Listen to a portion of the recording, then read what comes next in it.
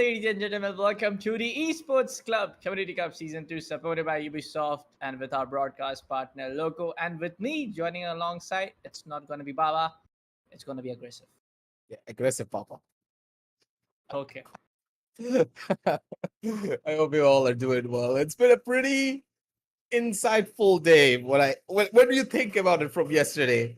Bullet went through hell and back to cast all the BO3s for the first initial game. He's still having PTSD from pretty much all of those matches. I feel bad for the guy, but again, it was pretty exciting. Second game, me and Baba casted it. It was a pretty one-sided affair with Hulky's Warriors just completely going ham against G2. But here, we have another matchup for you today. And honestly speaking, the first initial game, Shreesha Warriors going up against TikTok Sim could be following the same route as G2. Because Shreesha Mhm. Warriors and Hulky's Warriors, from what I heard, they just switched out players. So we're looking at two very incredible teams going up against a couple of the underdogs. So TikTok Subin, True. they have their work cut out for them.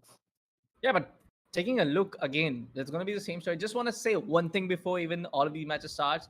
Now, this is now is coming to the playoff scenes. Everybody knows that what's at the stake, what they are, the amount of time they're just putting in. I'm not gonna predict the scores today. Like I have this kind of that this kind of thing inside me. I just come into the prediction side of them. I'm just gonna predict that every matchup is gonna go best of three for now.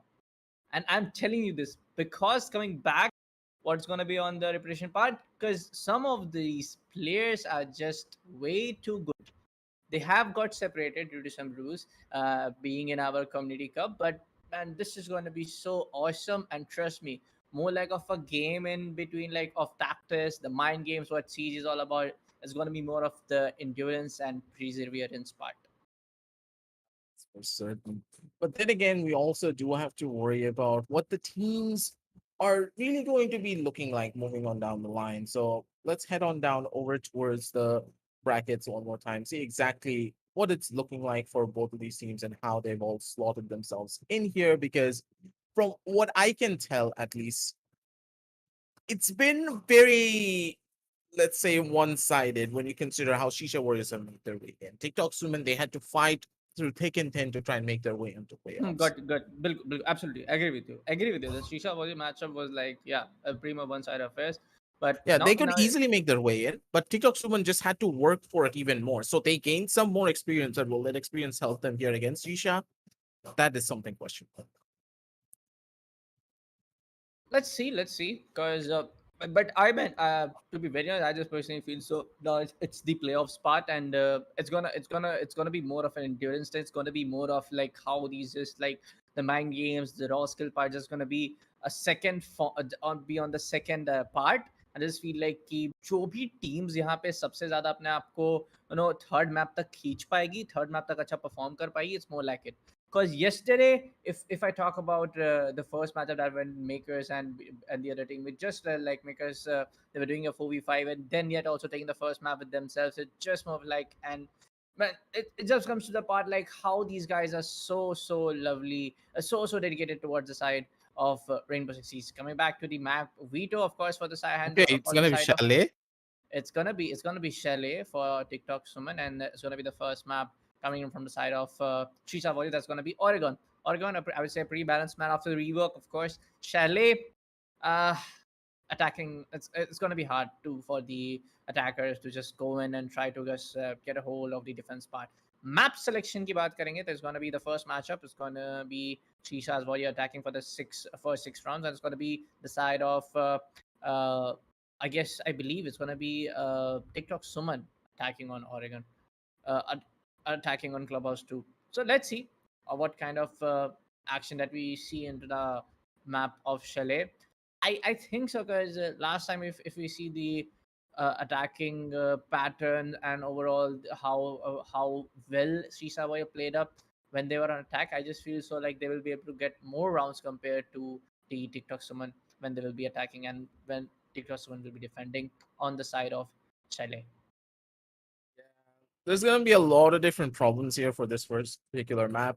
But what Yeah. we can be sure of is pretty much all the rewards you're gonna be getting in the battle pass. So let's head on down over towards the battle pass trailer and see exactly what we have in store.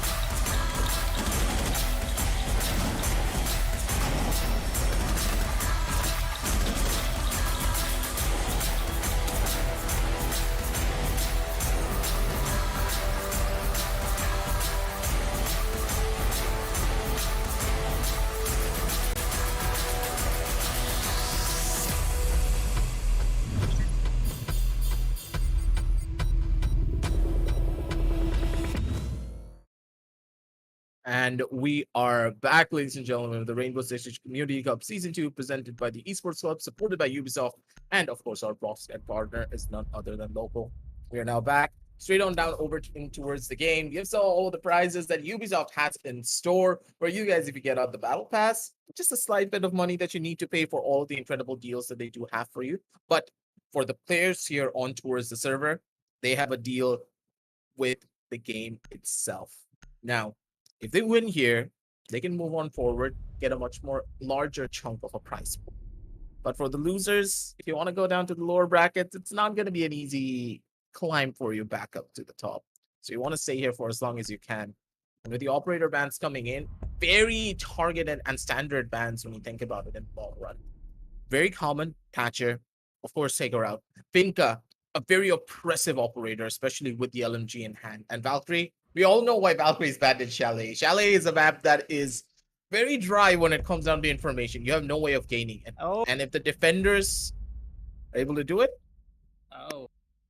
Valkyrie's the way to go. Oh, man. Man, Kaid getting banned on defense. From the side of defense, sorry. By TikTok Sumon only. First 6 round, I'm pretty much I would like to say like that 6 round is gonna be a long game and it's gonna be a long game. It's gonna be almost a half a game decided to you by using Kaid and just making things easy for yourself. Just gonna be the part where you can just grab onto those rounds, win those rounds pretty easily, I would say. And when defense is banning up Kaid by their own hands, feels just like they wanna just balance things out. Now they will try to get some defense round. Then I'm pretty sure they're gonna be very very aggressive when it comes down. But then will be the attacking and defense swap, and they will be very aggressive. It just seems like it.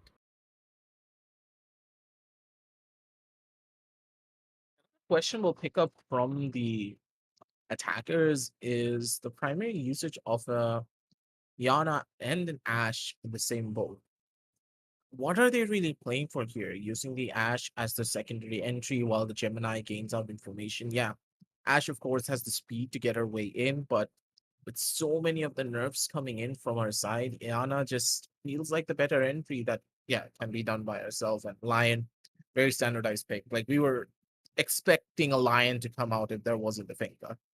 The Lion just allows you to shut down the defenders in position and allow the Iana to go in for massive amounts of information. And as soon as she gains that information through the Gemini, the Lion pops his own utility, and immediately you're going to be able to get a frag for yourself. And if the defenders start running, you gain the information of where they are going, and that will allow you to better plan your attack and go in for a much more slower approach based upon information. Like when it comes down to the side of Nexus picking up Twitch, of course the gun is so brilliant, and Twitch drones enables you those teaser charges to just go in after, let's say, Twitch also went to a little bit of rework that was, I would say, pretty massive, I would say, an overhaul rework that completely enabled. And That's a as buff, far as honestly. yeah, we can take that and say that isn't, but I just see like it's an overall rework. You know, some maps getting an overall rework, some talking about Coast and getting some just areas getting reworked, like specific of the balcony rework where we saw from the luggage side. Of course, it's gonna be a rehost incoming, so we might go back to the casters this, but it's gonna be no rehost. okay. It's gonna be no rehost. Sorry, that was just R. That was not R. My bad. Seems as though our boy Bullet just is scaring the production as well as me in the background, but it's okay. TikTok soon though. Their setups are looking to be quite drastic. They're playing out completely on towards the open, and they're playing it very aggressive, and I personally like this. They're extending the site as much as they possibly can, and that is something brilliant. The more you extend, the more sidelines you play for, the harder it is for Shreesha Warriors to clear every single avenue out before they can go in for the attack. And the main issue is I don't think the drones are being used to even push their way in. They're keeping their drones safe for early. And Poison, maybe it just gets shot in the head if he's not careful. And let's see what kind of action this match brings up for me, because I'm pretty much sure, man, this match is going to be a close one. But Shreesha's Warrior, they have a pretty, I would say, some kind of pretty good players who are in the scene for quite long and they're playing game for so long. But some of these players do kind of lack the competitive experience. What I'm trying to say is, and compared to what we saw, what you see from the side of TikTok, Summon, Man Fatar, MI7, even talking about, I remember Head Crusher and few of the competitive tournaments out there in our region. So yeah, let's see what kind of action we see and witness from their side. Apparently, right now the attacking team trying to push in from the hands, pushing from the side of library. Poison trying to get some intel over here. He has already got, I would say, spot by the attacking team right now. MI7 holding down the piano hallway. And also took a little bit of damage going out towards the side of Snowball guys. Apparently, just the attacking teams just trying to isolate the side of Alibi. Headcrusher definitely knows with that audio too. The bump, the small, I would say a small bump that somebody's already on the balcony. It's gonna be Ace trying to find that angle probably just to even get that a single I would say just a pixel peak, and it can of course happen. It has happened with me in the past when I'm trying to just open up this off his balcony wall, and it has definitely happened. There you go, Powerful coming with the opening frag on the first map, first round. Ace aqua thermal charges going in for those walls. Powerful on a very low HP, almost I would say that's a 1 or probably it can be 2 also. We don't know the exact one, but he's definitely on a very low HP. Even a bullet passes through his body, he's going to be dead. Poison though has a beautiful angle on the lines outside. Done perfectly. Sasaki taking a back seat here. Not really much that he can do to survive that one. But Fuse Bomb trying to slow down the attack as much as he possibly can. 48 seconds left, and the time is now slowly but surely running down. The Maestro is gonna be a massive problem over towards the side. Fatar, he already knows the position, and that is gonna be the thing he's gonna use to try and turn things around. Downwards grapple over towards the back end should be the thing that they need to possibly get a kill. One more frag is a requirement, and Lieutenant Buck coming in from the side to go in for the play. Nicely done. 4 versus 3, but with 20 seconds left, they need to push their way in towards the side. Otherwise, it's all but over for them. The Ace has a perfect position, but Lieutenant Buck getting a secondary. 4 versus 2. It's all about the timing, and it's all about holding for as long as he possibly can. And my god, Head Crusher is going to be good for another one. The bodies are just going to keep on piling up. But again, we already knew that Fuse Bomb was over towards the corner. He had all the information in the world. You're going to get 1, you're going to get 2, but this way you're going to be able to get the 2. Unless you're going for the secondary. My god, Fuse Bomb. An absolute demon to go in for that triple kill. He just stood in one hallway and just cleared them all out one at a time. Lovely. And that specific hallway, man, to hold that specific hallway, you need a lot of intel and a raw mechanicals. And trust me on this one, the piano hallway, just to aim down and just go with that. I would say a medium long range. Not gonna say just medium, just a medium long range. That's not easy, especially with that Jaeger. That especially after some of the nerves that it went to for Jaeger's carbine rifle. Just like after like 5th or 6th shot, it kind of like starts to like here and there go horizontally the recoil. But yeah, that was some lovely pick from coming from the side of Fuse Bomb. Jaeger pretty much doing his job. And it was definitely not expected. Definitely not expected. I'm just writing down on my caster's notebook that, you know, Lieutenant Bucky just went in and took a 2K. I want to talk about it when you gave me the throw. And it I just teared it down and I just wrote Fuse Bomb went overkill. Yeah, that just went from a complete slow methodical game over to absolute chaos in just like 2 seconds. The man just knew. He expected the play and he turned around at the perfect moment, having his secondary out ready to go in for the fight. You gotta love it when you see it. Yep.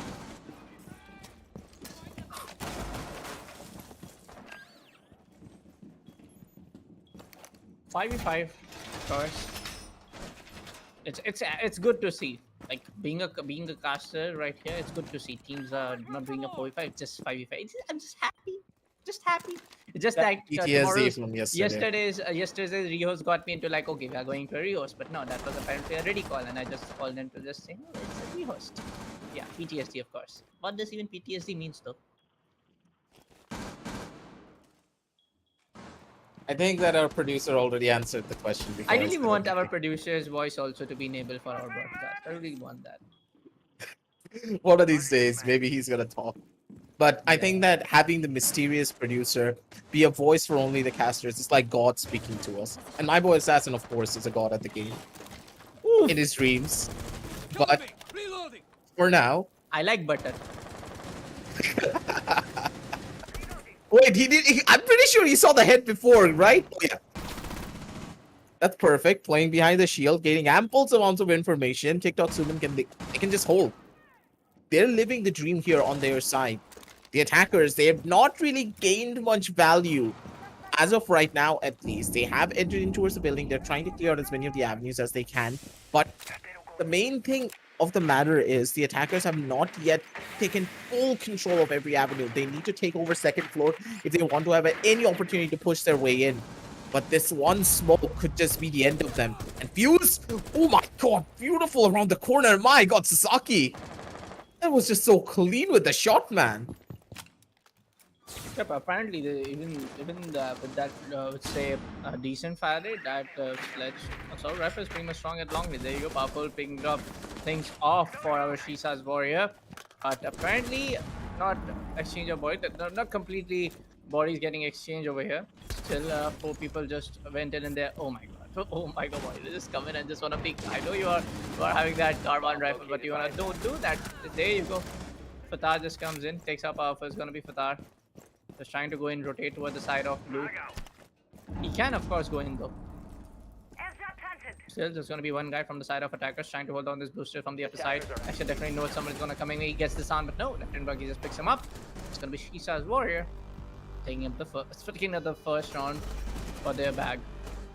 It's going to be actually the second round of the whole game.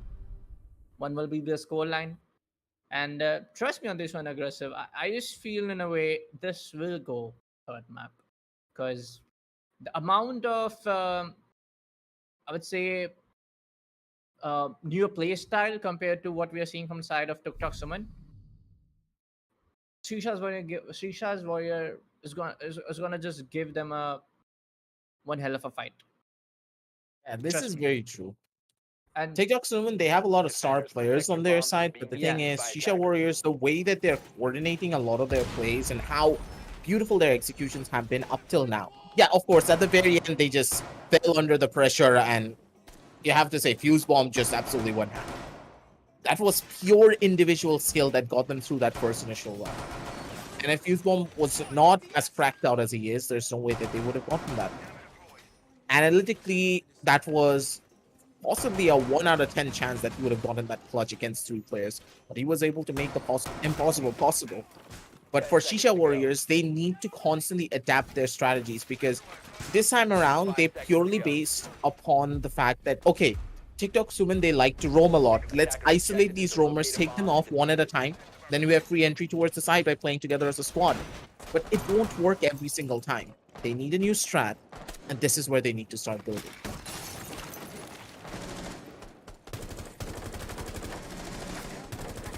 yep, talking about trophy, there you go. The 2 guys holding down from the side of defense on the second floor, but they know the pressure is being made from the side toward the side of trophy, coming from the side of attacker. Sasaki is already inside the trophy room. Dino पे यहाँ पे hold करते हुए हमें defender जरूर से नजर आ रहे हैं, but I don't think so. He got the angle, he gets the angle, and Mercenaries के MI7. That's gonna be MI7 Mercenary from the side of TikTok Sumon though, picking up the kill. The entry kill, I can say, entry denial kill, because just Sasaki just went in inside of trophy and he just think कि हाँ निकाल लेंगे round, निकाल लेंगे kill, but I would say like चूक हो गई, भूल हो गई, नहीं करना चाहिए था peek, but apparently man, this is Rainbow Six Siege, and of course Ego peeking is a must. Sorry, I couldn't hear you. Please, can you repeat aggressive? So ego peeking is a must. This is Rainbow Six Siege. Yeah. If you don't ego peek, you're not playing the game properly. But again, Sasaki maybe fighting for a bit more than he could chew here, buddy. It's a 4v5, and the attackers have not really gained much at all. Shreesha Warriors, they're losing time. Yeah, 1 minute 30 may seem like a lot when you look at the clock, but honestly speaking, that timer is going down every second. And that's gonna slowly creep up on you if you're not careful. Of course, that pressure is always right there, especially in the competitive matches, because you have a pretty less time to just decide I would say like then comes to the whole lot of experience for a whole like what kind of experience all of these players have. Because there's a very big difference in any game, whether it's a rank or it's like a competitive play. Because we are playing in the competitive settings of the game. There you go, impact grenade coming in. There needs a little bit of damage to the side of Chimpy. Oh, what Oh, a shot. it's gonna be powerful with the pre-fire. There you go, Mr. Shreesha for MI7 picking up powerful with that vertical C4. There you go. Another one coming in. It's gonna be Chimpy to shut MI7 down, but it's gonna be Fatar with that FMG. Oh, nice shot coming from the side of Chimpy, and it picks up another one for the team. TikTok Sumon winning up his second round, I believe. But and it's gonna be there. It's just gonna happen. One round for TikTok Sumon, one for Shreesha's Warrior, one for TikTok Sumon, one for Shreesha's Warrior. It's just gonna be the side changes. It's just gonna be the a little bit of approach. The way of approach, how these some of these attacking teams gonna take, some of these players gonna take, but it's gonna happen. Just like I say, it's gonna be more of an endurance test today for the side of Shreesha Warrior and TikTok Suman. Because man, these both our teams look equally well balanced when it comes to the game knowledge, equally well balanced on how they want to take those strats to up their play, equally well balanced when I talk about team coordination. It's just like 1% to 0.5% of difference that's gonna be there. Just like 0.5%. That's my uh observation, to be honest. It's interesting Yeah, when you consider how we expected this to be a little bit more of a one-sided game, favoring the members of Shreesha Warriors because of the amount of powerhouses they do have. But 10 seconds seems left. as though TikTok Suman, their strategies far evolve a lot of the simple strategies that Shreesha Warriors are already going in for. TikTok Suman, they've done their homework, Attackers' objective is to and they locate a are bomb and defuse it. ready and prepped to go in for a lot of these defensive halves, because that last round was the best textbook defense you could think out of them. Me7 holding from the bottom of the balcony. Perfect usage of the C4 to catch the player that did go in for that first initial trade-off over on defuse bomb. You just have to love it. The positioning was perfect. The timing was absolutely gorgeous. There was no problem whatsoever in the way that they took that entry. Yeah, 4 players were holding from one singular position, and that was the primary flaw. No one was spreading out and trying to corral all of the defenders who were roaming over towards the site. And that's what really caused the problem. They lost that first player way too early, and they just crumbled under that pressure. true. Again, a similar kind of approach, but it's gonna be work out. This time around, it's gonna be Sasaki picking up fuse bomb. There you go. There you go. I told you this is gonna happen. Just like my co-caster friend said there. Oh my god, Fatar already just being there with that LMG. He knows, but he definitely gonna know that. Another LMG is gonna just caught him off guard, but it's gonna be next chest. Maybe just trying to get hold of Tar, but there you go. A bomb has been located. Chimpy just using that claymore to his advantage. If he's being placed up right, that's gonna be of hell lot of advantage. Everybody's just trying to push him from the side of Solarium. Poison picks one. After Bakib gets a TK. Unfortunate TK. Unfortunate, but it's gonna be just Poison left out on the side of defense in a 1v2 scenario. Solarium pick off his up. Oh my! A very good shot coming from the side of Poison. And he definitely can clutch it out because he knows the location. Everybody's giving him the yellow ping. That's the call. They know it's Oh no! Don't you miss the shots! Don't you miss the shots! Both of them are at what HP? This is gonna be even more of a problem. Beautiful impact made to go in for the sound. There's no way that he would have known. Poison's gonna catch the player. That's perfect. The usage of the impact was just on point. He used it primarily to mask the sound that he would have been going in from the right-hand side. You have to love it. But also the placement of the no-man charge was beautiful, because I'm pretty sure that Lieutenant Buck expected him to come on down through the left by using an impact on the right. That is the most optimum play. But the optimum play just does not really work. Yup. I would just say like it was a mistake from both. I would say the pressure just gets in the tension just gets inside of you. But I would say yeah, it was a very good round coming from the side of TikTok, and they did pretty well. Because like I thought for a second the way just like the whole of the leg part was exposed from Azami. I thought for a second just like Lieutenant Paki will just get him. Just the pressure gets it and he misses some shot. But it's fine. It's totally fine. 3-1 will be the score line. I would say Shreesha needs to change the approach a little bit. Every time I'm just seeing them just going from the side of Trophy, maybe just try to go and approach, take entry basically inside the map from another area. And this is one of the, I would say, a basic thing to do. When approach is not working out for you, just try to change it. But yeah, you have to change it with the course of time and the amount of time that you have in your hand, or have you in the you have to decide up, and that's basically called time management. Interesting fact about TikTok Sumon as a team, though, Bullet, is the unorthodox maps that they pick up so often. Think about it. They were the ones to pick up Skyscraper. Like, who does that? Like, they have now picked up Chalet. They are going against everything that we know about South Asian R6. And I love that about this team.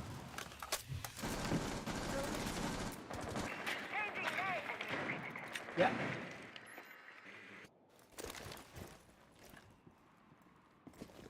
This time around, talking about powerful Yana, just trying to go from the side of office balcony. Maybe he can just take a quick entry, but definitely going for those drone work. And definitely that needs to be done. Oh, there's going to be 2 defenders already holding down the side of office, and 2 of the walls have been already reinforced from the side of office balcony. Just provide that cover. No wall banks is coming in. Of course, you just cannot use all of the reinforcements onto the side of second floor, but first you have the main objective onto the side of first floor.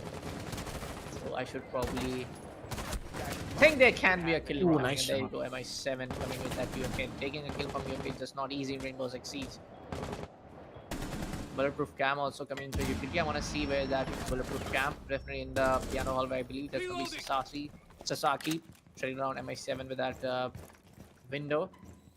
Probably gonna take and isolate Frost, I believe. Yeah, that's gonna be Frost rolling down the bathroom, and he's pretty much isolated. He should probably rotate and go toward the side of Solarium stairs.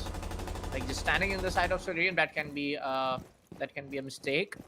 Right now, no one is trying to approach from the side of Trophy. Every attacker right now is trying to approach, except for Lieutenant Paki. There you go. Fatah picks up another one. It just feels like now Shreesha Warrior needs to like rethink what's going on.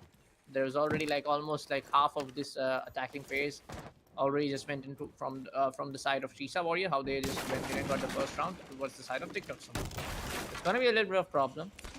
3-1 is the scoreline. 34 seconds left on the clock for this specific round. I don't see anyone even near close into the side of objective, and I don't see even Sasaki using a nade, even like Nomad trying to just go in the combo. Head crusher. Oh, he comes in for the flank. Oh my god. Where are you, Nomad here, just buddy? Where are you, Nomad? It happens. The tension is just getting inside of 10 seconds left. Inside the head of like the Shreesha one. Trust me. Yeah, Nexus just doesn't have time. How is he gonna do anything? Absolutely nothing. Head Crusher is just holding it down. Lovely. My god, the guy's not even just stopping. Just look at him. He's just repositioning every single time. Playing vertical like that, especially when you're trying to entry in, it's just so difficult to do anything in those type of situations. And my god, Shreesha Warriors, they're just falling down like flies. You don't really expect this as well. And you did state that being on the attack is just so much more difficult than being on the defense. So especially Chalet. Yeah, Chalet is just extremely difficult to attack on unless you have full control all over the map. But the problem with Shreesha Warriors is that, yeah, they're trying to establish control over towards the second floor, over towards the basement, trying to move their way in from the front door, main entrance. But the thing is, they have the control, but the defenders are playing in such a way that they can utilize a couple of the different sightlines that they've already created by expanding the site to just isolate them in different corners before they even entry onto the site. And let's say they entered in, there's like 3 other sightlines that have been created. That is what I love. TikTok Sumon, they have this entire map under lockdown from the top all the way to the bottom. And as a defender, if you have so many different ways to stop the attackers clear you out of one angle and they have like 3 others to worry about. You're gonna get put into a spot. And if Shreesha Warriors have similar strategies on their own defensive side, then TikTok Suman, they could be in for a pretty, let's say, pretty wild undertaking. I just feel like after the attack and defense swap, maybe Shreesha Boy can just try to get in those defense rounds. Because even if they get this one, the scoreline is going to be 2-4, and that's not apparently much of like a bigger lead that they cannot conquer. It's going to be there, I would say, of course. I'm just waiting on now when the attack and defense swap is going to happen. Because there's not much of things to like just go in and break down, because they are using a very similar approach, and that's how you try to do an approach on Shelley. But just like you pointed it out, the defense are just pushing them down. You know what I feel is that's missing. It just needs to be someone from the side of Shreesha Warrior just decides to be a little aggressive, just try to just go and take those bodies down. Someone needs to, but it's gonna be Chimpy, and that's no, that's not a hard breacher's role to just go in. Not a problem. It's all fine. Nexus already just trying to go in. Sasaki already trying to take control of the second floor. Everybody was trying to just taking the control from the second floor, but Nexus didn't have the inter right now. I think suppose from the side of Library Hall, there's a guy standing up there, but there you go. Poison also kills Powerful. MI7 gets another one. He gets another one. Saki comes into a little bit of rescue, but no, it's gonna be already late. Saki picks up another to the other side of Fatar. Double kill come from the side of Attacker. Sledge, you are pretty in late, but I would say not too late. A man just double shielded. Are you? Like, why not? Sure. He's having fun out here. He just double shielded right next to the Frost and he's just chilling out there. Sasaki, though. He's been so good in these type of situations. You have to give it to him. The guy has 5 kills, 4 deaths. It's not really that bad. He's able to get so many of these first bloods, and that is what you would expect from time to time coming in from the Sludge. He's trying to be the entry that his team needs, but this reverse rappel could just let him a kill. I'm pretty sure they don't expect this. And Headhunter, he's in a pretty close proximity angle. And Sasaki, he spot him and out, guaranteed. That's going to be a need to get cooked out, but did he actually spot him? He got the yellow ping. I think he does, but no. Too many angles to clear. He has to worry about multiple side points. And also the default camp. Yeah. He's just going to get caught. Yeah. Waiting for the attack and defense swap. Not gonna lie. And it's there. Let's go. Now 1 and 5 scoreline though. This is where the problems start to be a lot more prevalent. You're down 4 rounds. Sense! Do you think they can? Sense. Sorry to interrupt you. Sense. Sorry. Please go on aggressive. Sense is coming. I know there's an attacker repick, but Sense. Yeah, Sense is okay. What?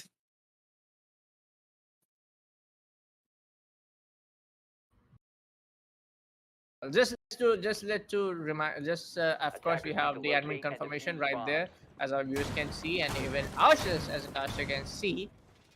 We have the operator grace period. I would say, if we just go on to the side of what Ubisoft promised, the quarantine period removed after Operation Vector Gear was released from the entire Rainbow Six Siege Esports. Why? And It's the real question. okay, sorry, aggressive. No, why would that be the case is the real question. Why they would do it? Why? If you're asking why. To just pace things up in competitive meta. So just force the meta to shift. Not exactly to force. As far as how much I know as a Rainbow Six Siege fan, the quarantine period was just to like be there on just how some of these operate in year 3 and year 4 were just way too powerful. It was just to be like there. Remember Lion was there in Operation I forgot that name, I believe Operation Chimera. Yeah. And that competitive plays was something like I don't want to discuss about personally, trust me. that was introduced for that specific reason. You don't want any operator just go in and be way too overpowered. And if just like the the siege dev just feel about okay, it's now the time to just remove it. It's just good. Trust me, just very good as a competitive fan. Trust me. And some of these players gonna be just way too awesome. Howson's gonna take it into, but San definitely misses it. Oh, it's the DMR coming on. Oh my god, no. That's how now you use that rifle, buddy. It's gonna be Patar coming to the rescue to take that trade up, and it's gonna be a 4v40. Doesn't know this is gonna be a MI7 standing on to the side of library. Bottom stairs, but he gets it, not a problem. Powerful also holding up the hallway. It's gonna be Chimpa holding down the side of standing room. Maybe there's something to do on the sides of defenders. You can't just try to just go in. You got a pretty good, I would say. Wait, who's on the other side? He's prone on the floor. Yeah. Okay, this will be interesting. Let's see. Lieutenant Buggy has to do his job. He has the LMG. Definitely can shut one or two guys with that spray transfer, but he gets shut down instead from the hands of Expression. Not a problem. Makes it a 2v4. But apparently, I just feel so due to the man advantage and no, I would say like there's a lot of time from the side of defenders to face upon, and already the third man is going down. It's just gonna be powerful left. The fourth man going down. I'm really sorry. I don't think that there's much work for the side of attackers now. It's just done. Like, there's nothing that you can do here. Like, honestly speaking, Bullet, look at how the members of TikTok Sumon just took control of the map. Yeah. 2 from the top, 2 from the middle floor, and 1 to just play around the breaches. They were expecting very aggressive peaks from Shreesha Warriors. Shreesha Warriors have been going in for a lot of aggro peaks constantly throughout their own defensive side. And if we're able to play into those strengths, then this is what's going to happen. TikTok Sumon, they're just reading the members of Shreesha Warriors like an open book, and Shreesha Warriors, they're not doing anything to change up their strategies.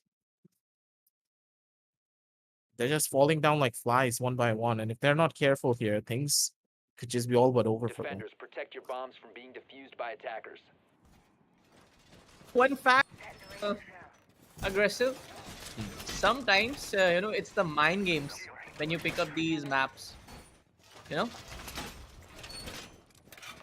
Our producer just might agree upon. Yeah. When you just take some of these maps, just try to oh, it's our pick and we can get it. They're sometimes not. I'm not trying to take any size. Okay, if Shreesha were not able to win this map, I'm just talking about a general thing. But talking about Sele, we personally. Yeah, this is TikTok. I just feel like it's it's a very hard map to attack on. But you need, I would say, you need a very big region of the map to just control on. That is kind of impossible for a 4-man and 3-man squad. But after first minute, definitely there's gonna be someone going down from your team. It happens. Of course, it's gonna be a match point angle from the side of TikTok Sumon. An aggressive. Why don't you take it away? Honestly, at this point, Okay. I think it's. I'm pretty sure that the members of TikTok Sumon are gonna take it away instead. This map is theirs. I do not see any way Shreesha Warriors can manage this one. Look at how they have spread themselves out as well. It just does not look that good. Fatar is going to be on his usual fuse. He's just having the time of his life. And they're just going to run it around as much as they possibly can. Tiny little bits of issues coming in because of the Mozzie. But then again, Poison, he's just around the corner, has the GMR in hand, goes in for the first initial couple of kills. And my god, he's going in for more. 3 versus 5. Poison. Yep. Here comes the plays. And here comes the fun. But where's the word? The word is in. I didn't even notice that initially. So these smokes can be even more of a detriment. And he's walking his way. It's a free kill, possibly for him. But Nexus very much alive. Head Crusher is going to be going in for the immediate refrag. Yeah. But Poison, he has the perfect timing, and he's just throwing all his utility out, man. He doesn't even care. He's creating the smoke screen, and his team is having fun on the other side. They get the diffuser down, and Nexus stuck in the most impossible situation that he could be in. has no health, no nothing, but again, he's gonna be good for one shot, but he's not gonna be good for the secondary kill. It's gonna be Fatar to shut him down. And the members of TikTok Sumon, they take the first map in the most convincing fashion possible. And honestly, the prediction that we went for went completely south. TikTok Sumon. I meant for. I got you, aggressive. I got you. I got you. I got you. Got you. Aggressive is trying to be okay. I'm a cast. I cannot say I. Just let's just say we and try to like butter things up. I got you, aggressive. No. You said we. No. Yeah, I said we. It's a democracy. It's our problem. Got it. It's our prediction. Just joking around. So yeah, man, it was TikTok Suman's pick, of course. As I just missed that fact, it just confirmed. And yeah, there you go. 7-1 is the scoreline, and it just seems like they did their job pretty well. But like I said, it just feels maybe on the towards the second map on Oregon, things might be different.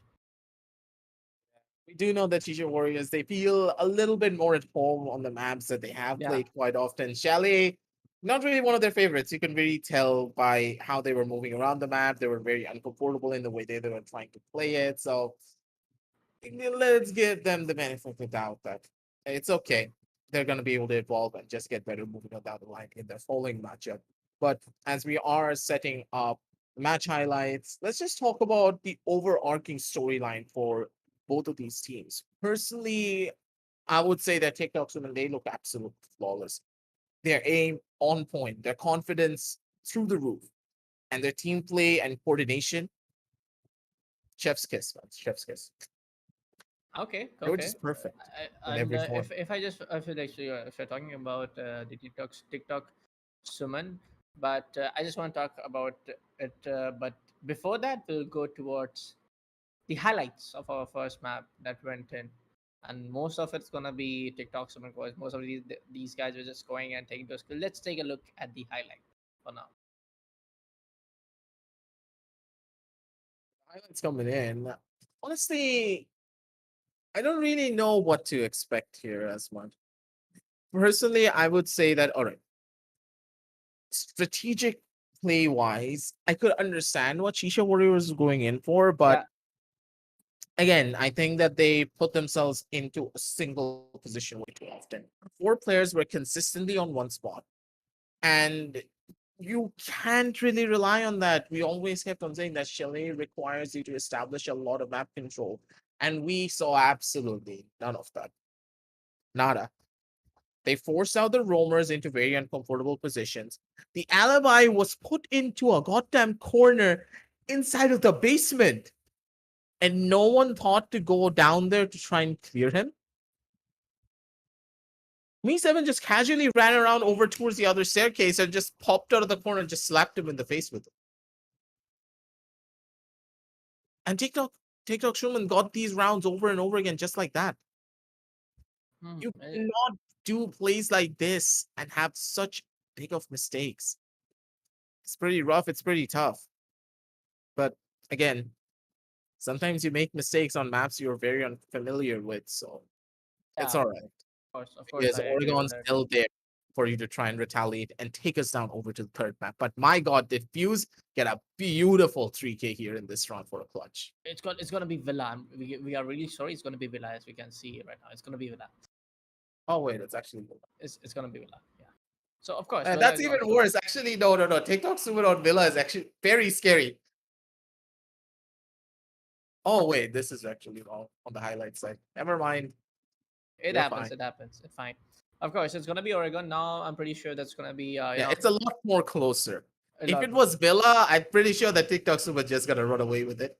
We Why? have Why seen you their think Villa so? Why game. you think so though? Why you think so? Okay.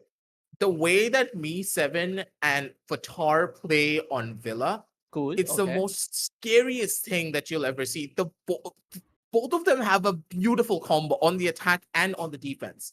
Okay. You're talking about a player that's playing Maestro on Villa, Mm-hmm. and he is the most incredible anchor player that you'll find, especially when they are playing from the bar room. and aviators. Got your point. Got your point. What I'm trying to say. It just feels like Shreesha were just missing that one guy, where like someone from Shreesha were just like told you about him when the match was going on needs to step up, just go and get some kills. Like drop down bodies very early in the round. We need that, and that's only gonna happen either just like TikTok, someone from side of TikTok tournament goes in for those over peaks and just like try to do some mistake. I don't think so that that they would any of the Rare. teammates gonna allow that, because this is what happens in Siege. That 0.5% of like just being a little too overconfident, just being a little too aggressive from the side of defense. That's the part. I just want to see who's gonna attack on the side of Oregon, because those basement objective, it's gonna matter a lot. The laundry side, even the side of objective on the side of dining and meeting, it's gonna matter a lot, because on the side of second floor, it's a typical approach, generic approach. I wanted to say that. Saddest part of this entire thing was that the members of Shisha Warriors, they really did try, and I really have to question what exactly is Hulky. Surprised that he's not playing here today on Shisha Warriors. Things would have been a lot more different if he was here. Probably spending time with someone special. Yeah, never really. Players have their own lives outside of the game, but again, sometimes in these tournament experiences, you just have to be there for your squad. Yeah, of course. Sorry to cut you aggressive. It just feels like when I talked about there needs to be one guy, and I completely almost forgot Hulky is in the team. Not gonna lie. Then I feel Yeah. that's gonna be Hulky. Then it's gonna be that one guy who's making the difference. Because trust Yeah. me, there needs to be one guy. That can't be anyone. I'm just saying कि Hulky, he's not right now playing and he's अभी substitute हुआ है. It's just like कि कोई ना कोई चाहिए वो kills निकालने वाला, वो entry frags देने वाला, चाहे वो defense में जो भी attackers थोड़ा aggressive आ रहे हैं या पहले entry ले रहे हैं map में, उनको थोड़ा सा suppress करने के लिए. But अभी के लिए we'll be taking a short break and we'll be getting you back after a short break. Let's head back to the break.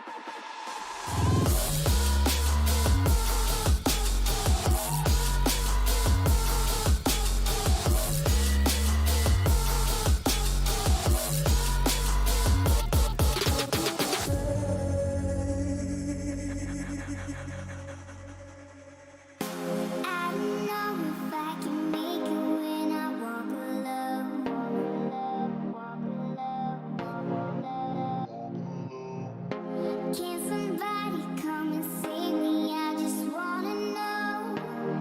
I wanna know. I could run through the fire, I could conquer the night. If I can make it, if I try to draw the red light. I could run through the fire, I could conquer the night. If I can make it, if I try to draw the red.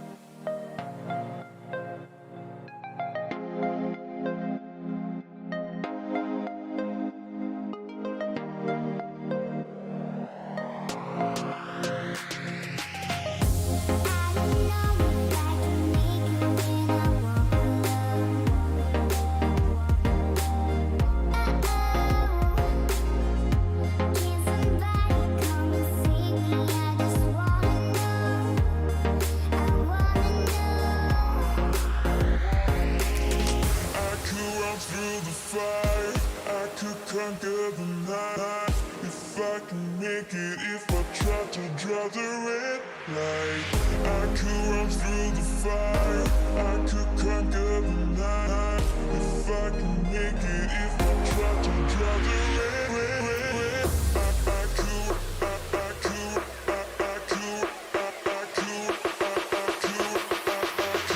I could run through the fire.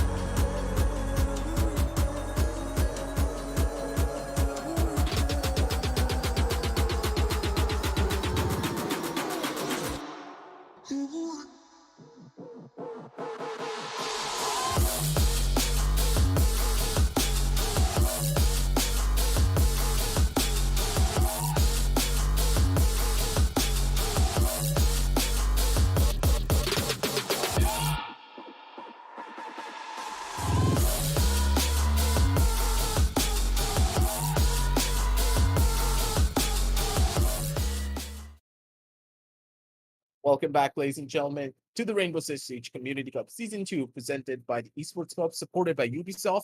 And of course, our broadcast partner is none other than Local.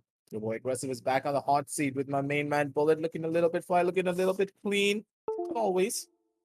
He's looking his best for the ladies back at home. But for now, the members of Shisha Warriors, they need to look pristine for the match that they have in store for us right here right now. Oregon, their map pick, their home ground. But after what the members of TikTok Sumon have cooked up for them on Chalet, Yeah. do they even have the mental fortitude to go into Oregon with a straight face? That's the real question. Because honestly, Bullet, Oregon could be another one-sided affair because TikTok Summon, yeah, it's not one of their strongest maps. I'd say Villa, from what I have seen personally, is much more favorable for them. But Oregon is one of those maps that if you're very strong on Villa, it should translate pretty well for this particular map as well because Oregon requires you to have very strong fundamentals for this particular map. Yeah. And TikTok Summon showcase that their fundamentals are almost untouchable. Yes. Of Oh, course. that is coming in. Yeah. The like you said, I kind of agree upon, and I just feel like what I personally took about, like it's gonna be a close affair. It feels like no, it's gonna be not, but like man, of course, Shelley is a little bit complex map overall from my perspective. But right now we'll be talking about Oregon. It's gonna be our second map between Shreesha's Warrior and TikTok Summon. We'll be going towards the side of our pretty bans for Shreesha Warrior. We'll be particularly banning Hatcher. Of course, it's gonna be there.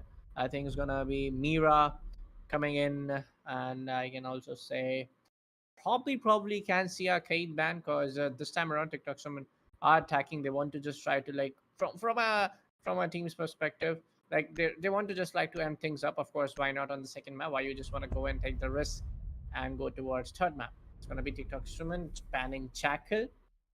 On the side of defense, maybe they can go in for Mira. Yeah, of course they will go for Mira. It's Oregon. Gonna be a little bit more on the opposite end, but again, they have gone in for very standardized bans. But I do believe that Mira is not being put into competitive because of a Ah, certain yeah. bug, or did they just I remove her outright for something else? yes. Stupid caster moment. No, it's more like I just remember from yesterday. Baba No, no, told me no, that Mira's gonna for get me, that. for me, for me, for me. I was saying Uh, that for me. yeah, like I think that we are both into a little bit more of the autopilot mode for Oregon because hey, whenever we see this particular map, the one thing that we always ban is the mirror if we're not on the defensive side first. So Yeah, I was playing actually. I was playing a little bit of rank yesterday after the whole show. After I just went after the first map, I don't remember why it took me to. It was Oregon. Yeah, yeah, that's why I just came. No problem. We'll be going to the side of mass. It's going to be Kid Storms and Dom's main hall for the second photo boat for coming in the objective side. Attackers need to It just locate feels in a and way defuse as many this can bombs be a as they close out can. of affairs, closed side of things coming from the side of the Coxman. But it really comes down to the thing how they want to approach the game, approach the map in the first 3 or 4 rounds, because the momentum shift definitely happens in a game of competitive play. Let's see what goes around, whether they take a approach traumatic, whether they push him from the side of white stairs, whether they just go in, do a generic approach, come from this trophy, probably going from the side of kids a window, are mainly in 3 points coming to their sides, or just I want to 10 see seconds some to go. vertical nades play. I'm missing a lot of vertical nades play 5 when seconds all of left these before playoffs insertion. has begun even on the last day of qualifiers. I'm missing a lot of vertical Attackers nades. are moving out to locate a bomb and defuse it. it's been pretty rare to say the very least. But yesterday we saw a lot of vertical nade plays coming in from Oh, members of the Falcons. last matchup. What? What's that?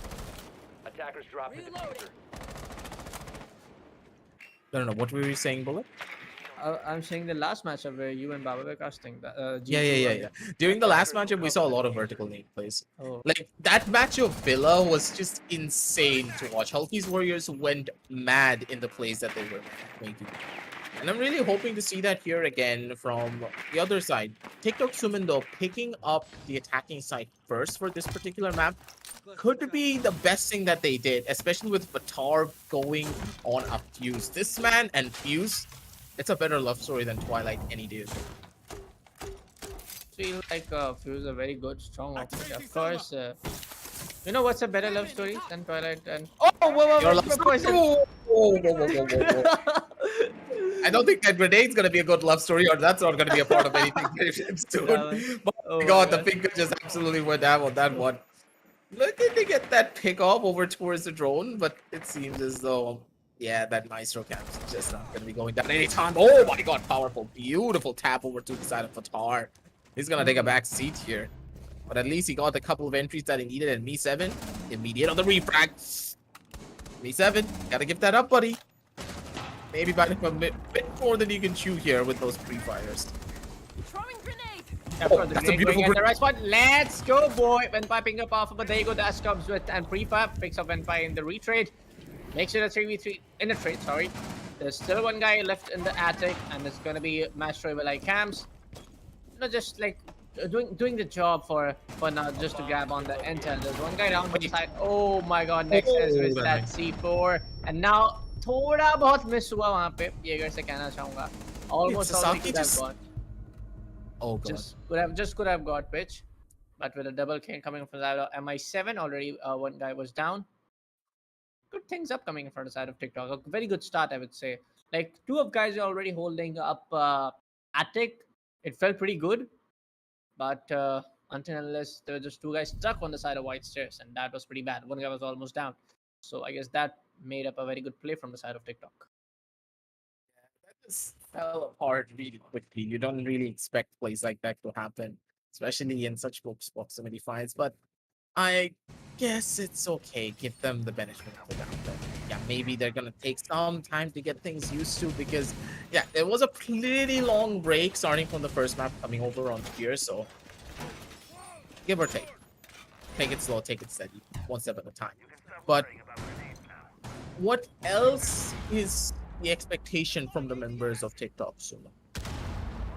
They were a tiny bit too lackluster in the way that they were approaching the first initial couple of fights. They wanted to take a lot more gunfights instead of playing it safe based upon nades that they had and the utility that they really wanted to 5 use. seconds remaining. Could be their downfall down the line if Shreesha Warriors are able to play into their strengths, but for now, that's not really the case here.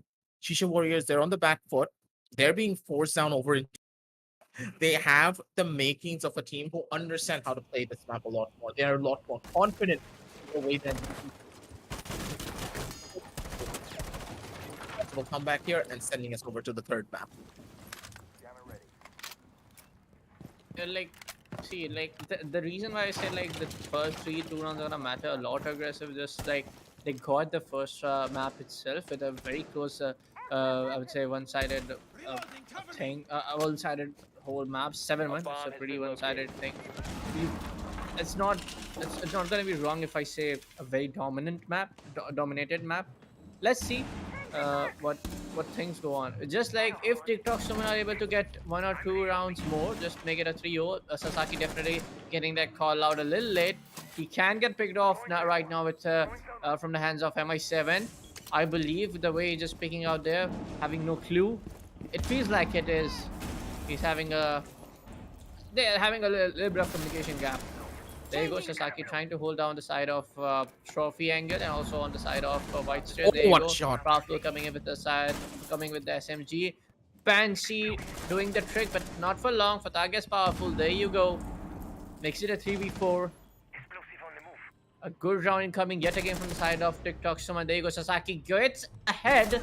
Picks up Fatag. Goes in for the free fire, but MI7, you cannot not pick up. Oh, there you go. Trying to be a little greedy, but not from the hands of Lieutenant Bucky. Playing with Azami. Season 1 Black Ice. Oh my god. Year 1 Black Ice. There you go. Black Ice is gonna save him from that kill. Goddamn. Yep. Tiny little bit too close for comfort. Yep, going in for the revive. That's gonna be the timing. That's gonna be a flash. And running on down in. But nope, that's not gonna happen. As soon as the flash gets popped, it's gonna be a zombie to go in for a swing to try and go in for the kill. Lieutenant Buck, absolutely clean with the play there. Gets himself down into a much more better spot. But again, that's just the first round. You took over one of the strongest sides for Oregon. Now you're heading down over onto Laundry and Supply. What's the plan here? What's the plan here? Just to anchor a little bit. Not gonna Yeah, lie. they the picked a way- lot of anchors. Yeah. Maestro, Smoke, Thunderbird. They have ample amounts of utility and, of course, shields to just play around and throw the attackers off. But again, having roam potential on this particular map is also very important because if we do not have full control over the second floor, it could just spell your doom. Sorry, first floor in this case. Yep. Let's see. Of course, like coming to the point of whether they are like picking up the anchor operators, just feel like they need to, again, comes to the same part. They need to just get some of those early frags before they before like what, like 1 minute and 30 left on the 1 minute and 30 second left on the timer. It just feel like they have to get at least one single guy. It can be anyone, whether it's head crusher, whether it's Fatah, anyone who is trying to be just stringing a little bit early. And today the Poison is into Garara hook just to get onto the side of Big Tower. He's already inside of the map.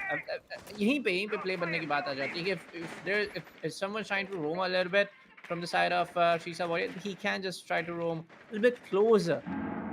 यहाँ पे अगर कोई meeting hall पे होते तो थोड़ा सा एक चांस बन सकता था कि you got the sound, you give that call out, and there you go. Now somebody's trying to come up with the backstairs, and this is something real wrong, very wrong. Now the attackers have definitely have the intel to just coordinate out to try to isolate. Thunderbolt is now trying to rotate toward the side of pillars, and this will be a very easy one to just pick Nexus out right now. Another issue here from this side is that Amaro needs to get this first opening frag. Otherwise, the players back in the front end, they can't really do much. They're just stuck in a very isolated position, and the attackers can't break their way in. Players have already made their way up from the side of tower, clearing out kitchen first, heading on down over towards stage. Position's pretty good. They're making sure that the fuse gets in position, so I'm really sorry about that one because the fuse has full control over every single side and he can just do whatever he wants. Hell from above, raining down from there. And that's going to be a good amount of damage and a lot of displacement over from the other end. They have a lot to worry about, especially with these breaches coming in on towards the hatches. Remember what I said? That this could be their doom? Yeah, they have no control towards the second floor, but this one kill could just be the thing that makes it or breaks it for them as well. Yeah, it can be. Let's see. Right now, I don't see anything going wrong from the side of Caster is going to coming or what. I was just about to say nothing wrong coming from the side of Shreesha boy, but there you go. One guy gets picked out. That's going to be powerful. That's going to be smoke. Smoke canister not coming to play right now into the NK point with that ball bang on the side of Sasagi. Makes it a 3v5. 51 seconds left on the clock right now. Attackers looking real strong. Nexus still having that Harry Potter hold up. But there you go. My son picks up Lieutenant Bucky. Finish it up. Oh my god. One by one, just like wickets जैसे गिरते हैं in a game of cricket, just like that. One after another. Just like they're having the full control in every entry point. Every entry point. And this is something like, what if I talk about like when the Thunderbird just came in to the rear stage stairs a little late after like they took entry, after Amaru took specific entry, and it gives a lot of intel. Trust me on this one. Amaru at that time decided, okay, I'm gonna push from backstairs. You guys go in from the side of what you said. That was freezer hallway. Sorry, freezer hallway. And there was one guy pushing from the side of TikTok's one from freezer hallway, and there somebody comes. Someone was already pushing from the side of construction site. So yeah. You're pushing and you're getting those kills. What else do you need? And you're even getting those rounds in. 2-1 is the scoreline for now, and I don't think so. Something special gonna happen from the side of Shreesha. You have the defense. You're already taking those sides that are very, very defense orientated. So maybe you try to like coordinate a little bit. It feels off, to be honest. The coordination feels a little off. Really it does, but then again, Shisha Warriors, they just are not really playing for the map control. I wouldn't say it's much more of teamwork, but the confidence for the bottom floors does not really seem to be on their showboat. They're playing with so many anchors that they're giving too much control away. But then again, if they're able to find picks like this, that's all that they need. Nexus catching one of the players off guard who were a little bit too aggressive in the way that they were making noise. They didn't even drone out the entire place before he started running in. And Nexus, he's going to make him pay for it with his own life. Ooh. Oh, he's not going to get cleared. What? Why did he break the drone? Oh, But it's fine. Nexus is able to get another. Come on, be the guy that I was talking about. Just go and try to take those kills. But there you go. He's trying to be a little. Not a problem. He did his job. He paid up two guys. He did his job. Maybe Powerful should have got the call out right now to just push in. There he goes. Okay, LMG coming into the play. 1-5 picks. Powerful man advantage getting equalized. I would say like Nexus के जो अभी के लिए first थे वो थोड़े से waste जरूर होंगे. Man advantage आपके पास नहीं रहेगा. वापस से आप थोड़े से isolate हो जाएगा. There you go. Poison picks up another one with that LMG. Not very much to say right now. Not gonna lie. Falling short of words. And how I'm gonna describe this whole action. You know, just LMG's gonna come in. AK-12 Fatar. These are pretty strong guns. I just want to see if somebody's pushing from the rear stage or not. I don't see anyone particularly. Yeah, the freezer push has been completely halted. They don't really have a lot of information to work with, but then again, look it down over towards Pillar. That's another one to hold. The Jaeger trying to be an absolute nuisance towards the side, but again, 55 seconds left on the clock. There's nothing that he can do. Venpai, beautiful swing out from the front. And the guy just trades out right at the very end. Beautiful. And I have a question. Who the hell runs an LMG with a silencer? Many guys. Why exactly? Because sometimes, especially with Zofia and Fuse, when you don't have Finka in your team and he gets eliminated, the recoil kicks in a lot, and you know, it kicks in a lot. Not gonna lie, sometimes, and it gets terrible when you're doing a 1v3, when you're doing a 1v4. So just to be a little safe, it's fine. But then again, I never use the silencer in my game. Well, trust me, in some of these guns in Rainbow Six Siege, try using silencer. We'll love the sound of it. Trust me. I love the sound of it, but Tap, tap, like, tap. what's the benefit other than the sound and the muzzle flash getting completely nullified? I will give you an example. If you are on third floor, and if I'm a guy pushing with an LMG on the basement, or even on the second floor, or even on the first floor, like white stairs, and you are standing in the attic, you might get a 5 muffled seconds to sound. You go. won't get the exact sound if I'm pushing you from the side of base, on the side of white stairs. And even if I fire it singly, yeah, it's just like that 0.5%, I would say, the effect of silencer. The major effect is just for the recoil part, and it kind of stables in the short range too. A lot of it gives you a lot of stability as a player on the gun. I understand we're very stealthy characters. They're just gonna go in for the silencer, just like Knock here. Knock, personally, one of my favorite. I adore Knock, especially on the attack. Totally not because I have a black eyes for her SMG, but it's okay. Fatar, though, again going in for a shenanigans, trying to hold down this top end side. Just a slow pickup, and they're trying to clear out the dorms as much as they possibly can. Head crusher has a good angle over onto one, but this Twitch has full entry, and again, they're falling into the trap. Kids and dwarves, yeah, that's one thing, but look at where the roamers are. They're still very far away from any form of entry here. Even with the white staircase covered, how do you really want to approach this as a defender? You're being forced into a corner, and the attackers, they have all of the advantages to play around with. They even have enough nades to take you down. Yeah. They have the nades, but they have the smoke canisters to block them out. Stop him for a second. There are a lot of, there you go, black eye cams. Oh, those... Evil eye cams too, not black eye we saw it, but there you go for the picks of powerful. In the meantime, it's gonna be a very open and easy breach approach coming in. Zofia destroys up the seed with his impact nades. Sorry, not impact nades. Those hard breach nades. My bad. Zofia feels charges like, it. Yeah, Yep. Zofia, it feels like nobody has the idea of Nuke right now. That he's trying to push up white, and it's gonna be really deadly. And it's gonna pick everyone by surprise. There you go. Poison picks up Nexus. Head pressure gets left in Bucky. In the meantime, Dash tries to get MI70 and he gets successful ahead.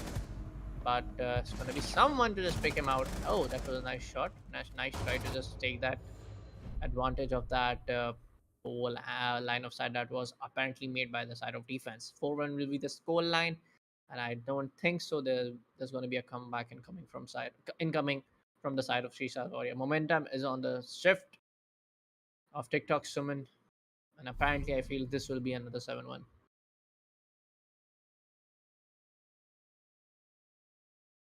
It's just all over the place for Shreesha Warriors, and predictions really did not fit at all for both of our heads. You expected 3 VAPs, but I am not expecting anything here. Another 1-5 scoreline. And if TikTok Sumon are able to go over to their own defensive side with such a massive lead, once again, on Oregon, mind you, and we saw exactly how potent their defense was. Yep. I don't know what to expect, man, at all. They're going into kids and dorms again. A place where they really didn't find any form of value. Stronger would have been to go on down over to the basement and play for laundry, but they're not going in for it. And will this come to bite them in the butt? That's what we're going to find out pretty soon. Let's see.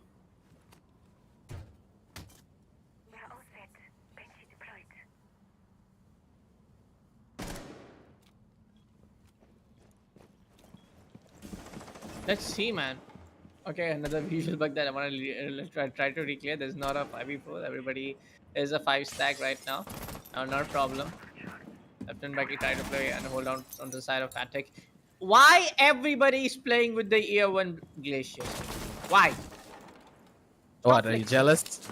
Yes, right now I am. Maybe you should have just played in year 1.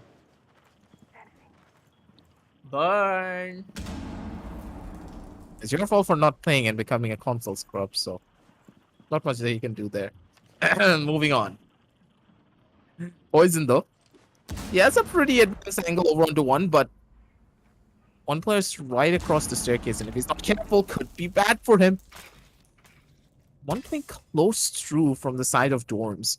Now, the Maestro extremely close to the window, and if he gets cleared out, he has no way of running out of that corner without someone trying to help him with utility. Things are looking decently bad for him, but again, Me7 has the backup to give for his teammates. Doesn't look that good, and yeah, Head Crusher is going to be the one to take down Nexus. I was expecting a play like this to happen. Nexus playing a little bit too aggressively on a lot of different fronts. Located a bomb. Needs to pay with his own life here in this situation. Yep. Everybody's trying to just shut it down real quick. Trust me on this one. Attackers will be just let's go get him, make it a 6-1. I don't think so that they'll try their best. Defense is gonna try their best to just stop them, but Head Crusher picks up power in the middle. In the meantime, Sasaki also tried to get poison. He gets successful in it. Definitely tried to hold on this angle from Attic. He's tried. I see what you're trying to do, but there you go. He just casually walks. Oh my god, defend. What are you doing, buddy? But there you go, defend right now.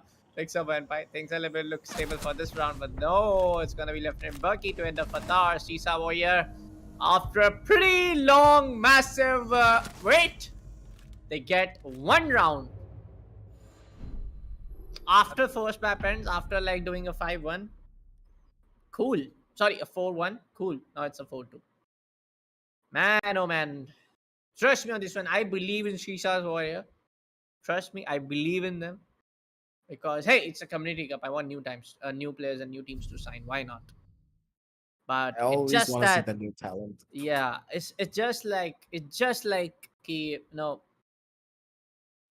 experience, the Attackers need to locate and defuse dedication, as many bombs as they the can. time investment, everything's gonna be online for the side of some of these players coming in from the side of TikTok. It's just like that. This would be even more problems for them to try and overcome though here, Bullet, because you can already see they're down 2-4. 2 rounds is a buffer for the members of TikTok Sumon. Opting for kids and dorms again, of course, guaranteed. This is the place you really want to go to try and feel out exactly what kind of strategies your attackers are going to be trying to employ. And using those ideologies, you can move on down over to the basement, second floor stage, play a little bit more differently based upon control. But again, with the Goyo, he's pretty much the only form of defense here other than the mute. Setting the welcome mat. They're playing very aggro. I am kind of worried about the members of TikTok Sumon. They don't have a lot of anchors. They're completely relying on the mute to be the solo hold. But again, mute's not that good at slowing people down. What's the real plan here? Just purely basing themselves on the Goyo charges? Oh my god, okay, never mind. Not the Goyo charges, it's a Goyo run up instead. God damn. Man, oh man. Even after the swap. Currently, no, I'm not. It's just like not trying to be like the way I'm just trying to say like TikTok someone just I'm not anything being bad or anything, but it just feels like the amount of mistakes, amount of it seems to me as an caster, I'm observing things. Team coordination needs to be better on the side of Shreesha Warrior. I didn't really expect the run out, so can you even blame them here in this situation? But those ace charges could easily turn the tides of the battle. Didn't really catch out the grenade that was being thrown out from the side, and that's going to be a tough one for them to try and overcome. Breaches coming in towards the wall of bedroom. Now they just need to wait. Wait and see exactly how this closet play is going to be coming in. Poison over towards the bottom. Timing's going to be perfect. Head Crusher catches out one more. And the just didn't really gain information out of the Gemini. Little Buck's going to be good for one more kill, but again, Fatar is right around the corner to go in for those refrags. Every single time they expect a kill to come on down through, there's always a refrag to go in for a retaliation. And now the diffuser, it's in no man's land. It's stuck inside of the closet here, Bullet. How do you even pick this up without at the bare minimum trading one of your players out? You need something incredible, and I don't think the incredible gameplay is just gonna happen yet. Goyo again, being a nuisance, and this roamer is causing so many problems that there's no way Shreesha Warriors can push their way in. Push the way, it's just impossible to push from top free angle without like getting caught. Just around, Poison gets spotted with that vertical angle, and he gets takes a little bit of damage from the side of ledge. But apparently, I don't think so. They can make their way. They have the hard breach open. It's going to be Fatah already being there. It's going to be Dash picks up portion. Good one coming from the side of Dash. Let's see. No, he has 100 HP. 1v3 is definitely possible. 15 seconds remaining. Clutchable, eh? But apparently he's gonna try. There you go. He picks up head cursor. Come on, get it, brother. Makes it a 1v2. 8 seconds left on the clock. Tries to get Dash, but nope. Fatah It's not shuts him gonna down. And apparently, I know, man. Didn't expect it to go like that. 2-0. But still, Can't really count them out just yet. It's just 5-2. Yeah. I'm pretty sure we have gone through from worse score lines and made a possible comeback, but you know, just wanted to clear out, like, wait, Miras? Oh, Miras. like the way I just said at that particular moment, aggressive bro. They are not able to. There's lack of improper coordination. It's just that I was not talking about that specific grenade kill, or just an overall Attackers need like to map locate number one. and And defuse bombs. I observed things, and the team coordination is lacking. And I give you an example. The way Melusi just reacted at that 1 second late that somebody was pushing in, and there was already a guy down onto the side of security room. It shows the callouts are just being a little late, and that at something anything will be going on to the comms right now. Anything. I'm not saying कि अच्छे से नहीं हो रहा है, but थोड़ा सा उस पे और improvement लानी पड़ेगी. That's what I'm trying to say. 10 seconds to go. I agree with you on that.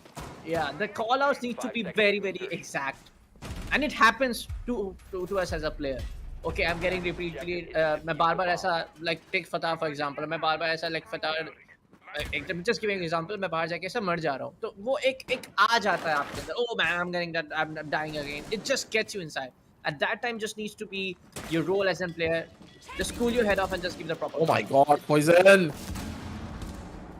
Poison, he's a madman. He's still going.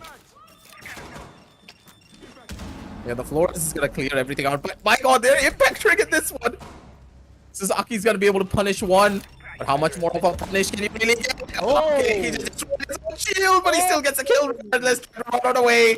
Try to send yourself back to a different position to try and survive. But again, the roamers are getting cleared out one by one.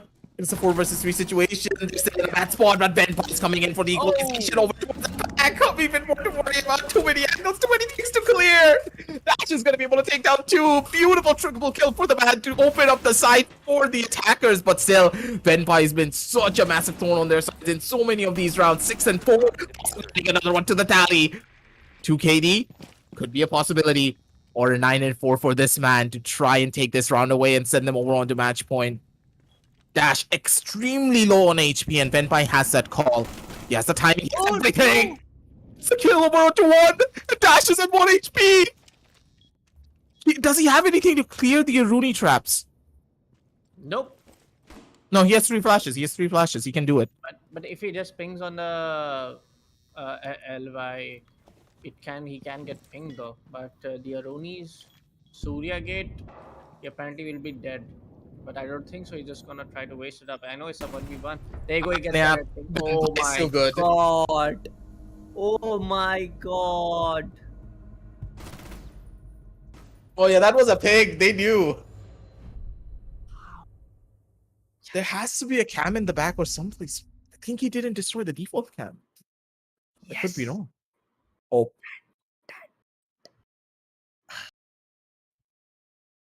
He didn't destroy the default cam, did he?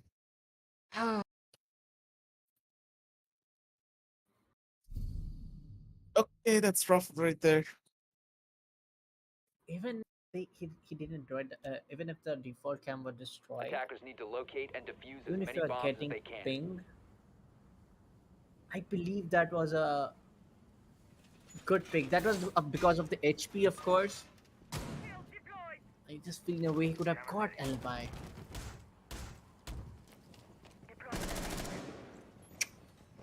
Match point. TikTok Summon. 6-2 is the scoreline. I don't think so. Personally, that's going to be the way around. But nonetheless, it's Rainbow Six Siege. It's where the champions are made. It's where the turnarounds happen. It's where the comebacks are done. 10 seconds left. Shreesha's Warrior. Like I said, there needs to be a proper 5 seconds coordination left coming. before A insertion. little bit of improvement, a little bit of right exact reactions. Attackers must locate and Because defuse the a bomb. way how at that particular time Vamai just reacted to that Flores drone, taking that risk that, okay, I'm gonna take 10% of the damage to myself and then getting another kill. Is just something like like TikTok Summon just are doing way brilliant on that specific plays. The whole team trying to just push him from the side of Big Tower. It seems it is. But of course, they need to take the second floor control. Nexus picks up Head Crusher. Oryx going down. The It's always the Oryxes, man. I feel bad for them. Yeah, the guy who can just climb up hatches, which is going to be very important when it comes to the meeting hallway objective. He gets eliminated, of course. But there you go. That's poison. That was a nice one. That was a nice one. But there you go. Sledgehammer almost 7x7 could have got the head. But not a problem. He's just trying to hold things out. He has a UMP. No, someone just went in to the backside. Maybe he just got the sound cue that somebody. One guy's more there. Oh, What a that's shot. somebody did not. Nice shot coming from the hands of Qatar. Picks up Lieutenant Bucky. Sledge, you gotta get this one. No, my friend. MI7 just proving. Even if I'm UMP, I can get you, mate. Man advantage. Yet again equalized. I don't think so. Yet again, there's much to go on from the hands of Shreesha's Warrior, but apparently they can do it. Ooh, You guys are already on the more. other side of rear stage. It's just go on, try to move on, buddy. You gotta go on from the other side. You cannot push from this side. Come on.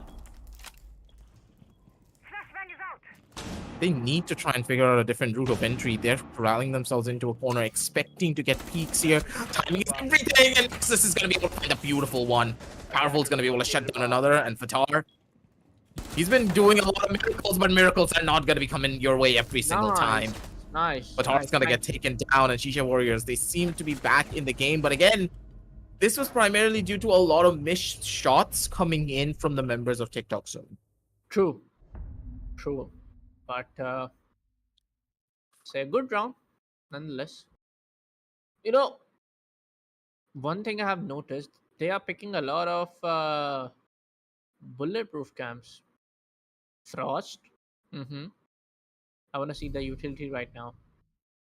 Because Head Crusher just loves Frost. yeah, but apparently the specific round where we're talking about how Nomad just couldn't get Attackers hold need to of like locate and defuse as Alibi's many head, bombs but as I they just can. feel in a way either it was a evil eye camera.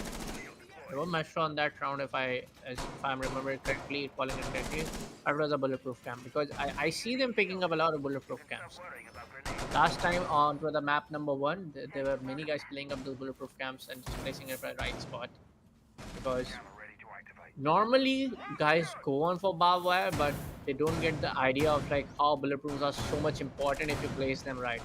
And TikTok Suman 10 seconds getting another brownie points for that from my side because they are playing bulletproof 5 camps. seconds remaining. I personally also like to use bulletproof camps because why not? Gives you a lot of visual. Attackers must Intel. locate and defuse a bomb. Level of information that you can get out of one Yeah. bulletproof cam is just incredible, especially when you place it inside of the site for an anchor. You're dead trying to, become the roam, and you're trying to see how much time you can waste. You get picked out early. It's completely fine. But now that you have a bulletproof camp inside of the site, you can give your anchors ample amounts of information and they can play even safer than they already are. It's a completely different layer of potential that you can have as a team. But my God, what was that peek coming in for Fatar, man? The man has absolutely no fear whatsoever. Just went out for a swing, peeked in for a kill, and now Me7, he's looking to do the exact same. Maybe Powerful, MI7 he's been caught. Yeah, maybe MI7 was just going for a run out. I apparently think so. He's just trying to go in the way.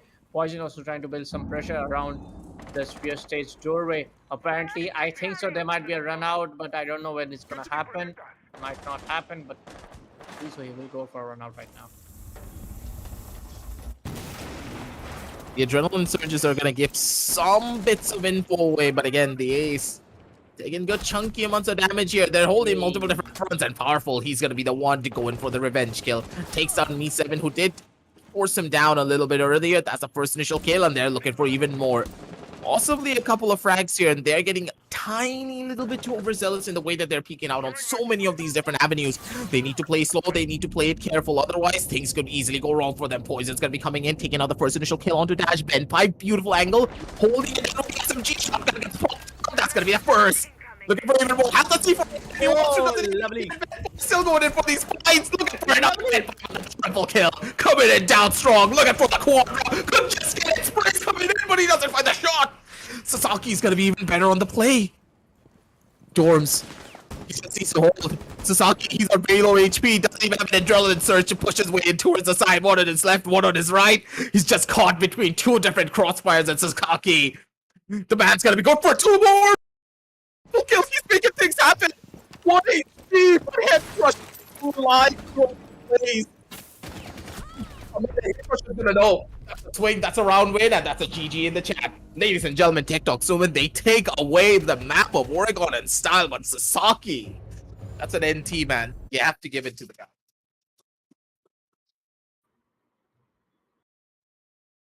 It's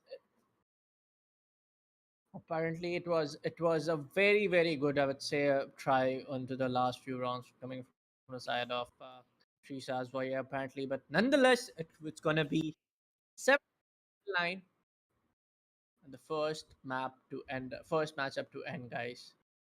Aggressive with me. We are back on the caster's desk. Apparently, I just feel, man, ki, you know, Shreesha's warrior could have done better. I expected them to do better, but expect. Never mind, I forgot that line. Yeah, expect disappointment, and you won't get disappointed. Whenever we don't have the proper words, our producer has it for us. He's always got our back. But for the side of Shisha Warriors, I think that the community back at home, for them, their fans, they need to have their backs as well. This is a really disheartening loss, and as a team, I'm there for those teams, yeah. man. I'm Yeah, there. yeah. Oh, no, I'm there for. You're gonna feel the pain in that regard because you tried so hard and you got so far. Okay, no, I'm not gonna do that. Man, Highlights already. Let's we jump had down straight over to that. I literally went down that route for a second. I was like, wait a second. Yeah, let's head on down over to the highlights, ladies and gentlemen. Live through the moments one last time before this first initial series comes to a close. Oh, good God. Shisha Warriors, they tried. Like, I have to give it to them. They have the skill to do it, but as a team, they need more time. I feel so that bringing one substitute, just give me a second. Just give me a second, guys. That was a very good play incoming from the side of these. Yeah, it's gonna be actually two players swap.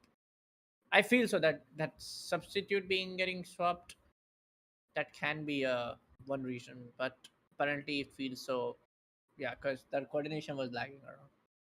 Because as a caster, as an observer, I can only see those pointers. Because I'm not inside the game, I don't know exactly what's gonna happen. What are the decisions? What are the comps going on? Feels in a way the coordination was not perfect. And there's one thing that I can say, like the substitute can be one thing that, of course, it can be one reason. But anyways, guys, it's gonna be 2-0 incoming from the side of TikTok. Someone very well played. Fatar, my 7, Vinpai. Everybody played really good. Not gonna lie, everybody did their job. Everybody was just जब भी aggressive जा रहे थे, kill निकाल रहे हैं वहाँ पे. I would say like शीशा वर्ल्ड के पास बहुत सारे ऐसे मौके थे. बहुत सारे ऐसे मौके थे कि जहाँ पे वो बहुत सारे ऐसे प्लेयर्स को, खासकर फतार हो गए, खासकर even Poison on the first map, they could have just got him very easily. But it feels so like there were many chances also getting missed from the hands of Shreesha Warrior, especially when they were attacking on this second map of Oregon. 7-1 on the first match, 7-3 on the Oregon. Let's say pretty much a one-sided affair. Taking a look at this Venpai play, he just beautifully gets powerful, makes it a triple kill. 4K clutch, man. 4K clutch in these rounds. Like from Alibi, it's hard. Trust me, it's hard from Elbai's gun.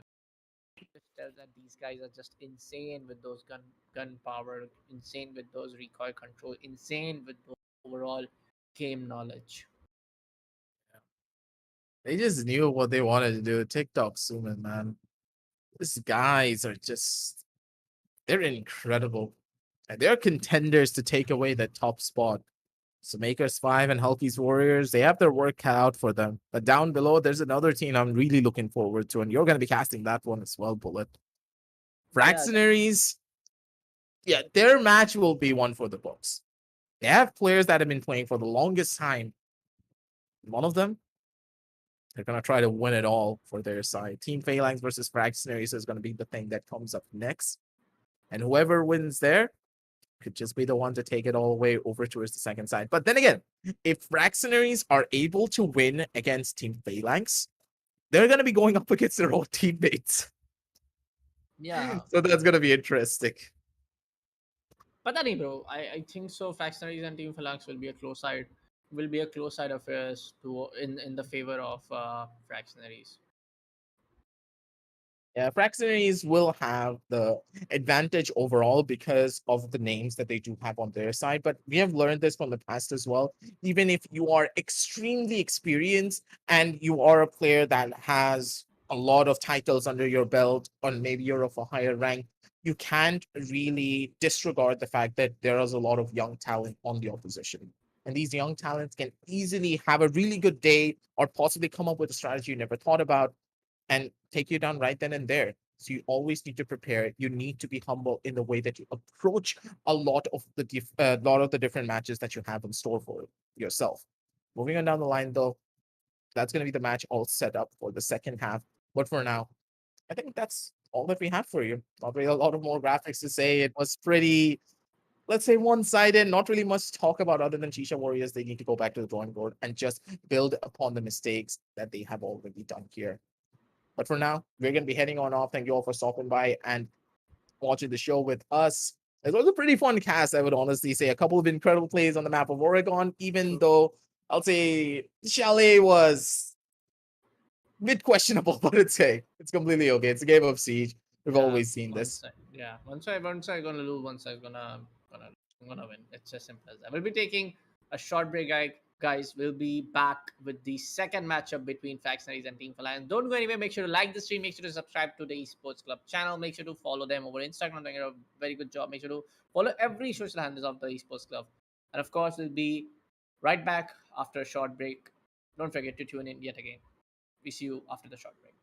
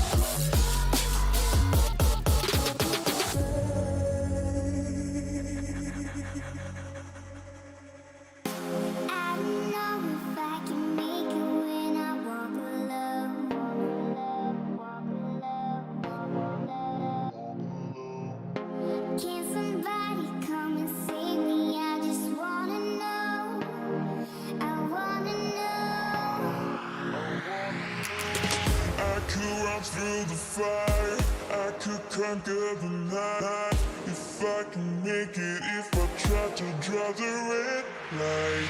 I could run through the fire, I could conquer the night.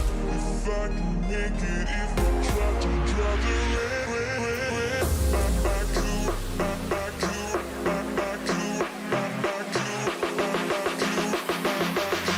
I could run through the fire.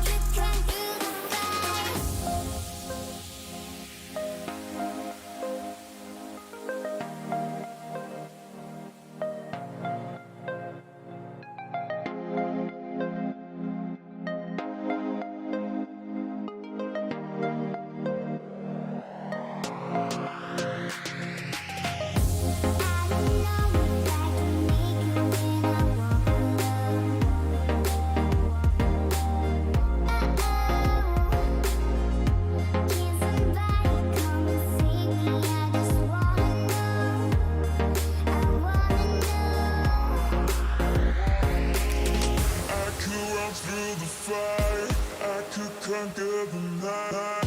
If I can make it, if I try to draw the red light. I could run through the fire, I could conquer the night.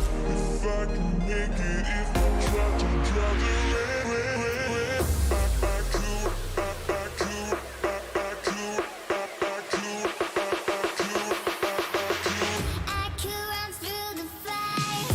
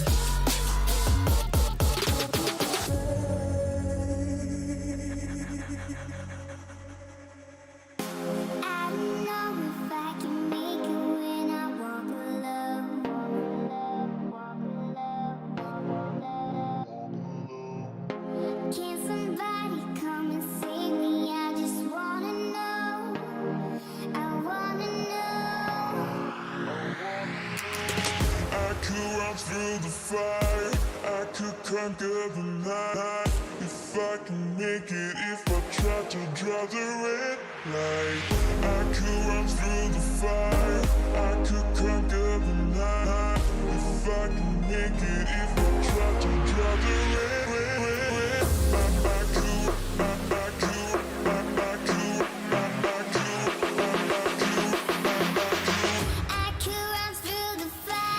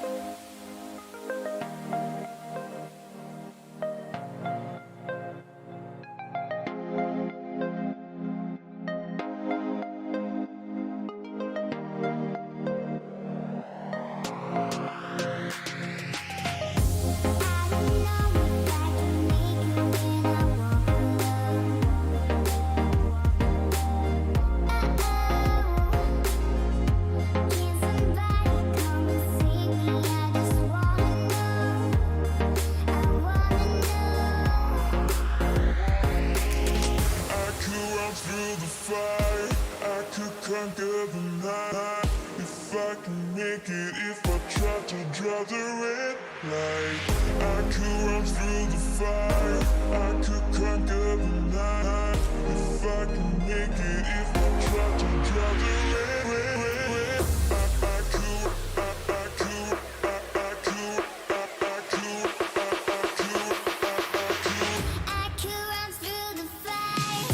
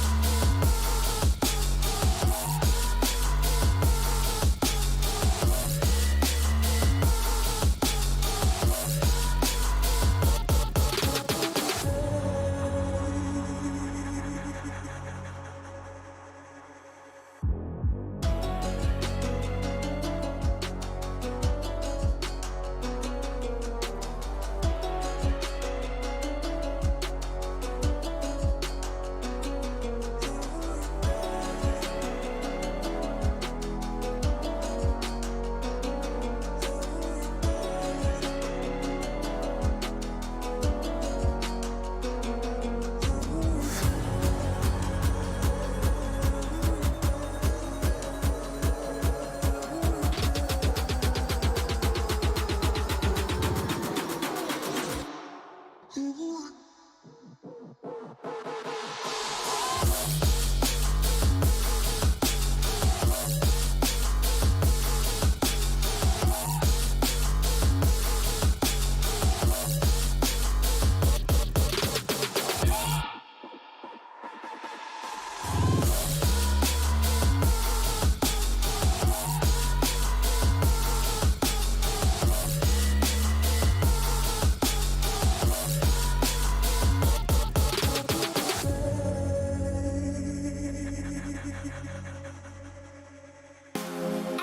know if I can make it when I walk alone.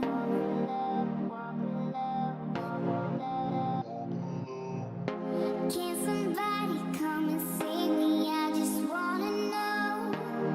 I wanna know. I could run through the fire, I could conquer the night. If I can make it, if I try to draw the red light. I could run through the fire, I could conquer the night. If I can make it, if I try to draw the red.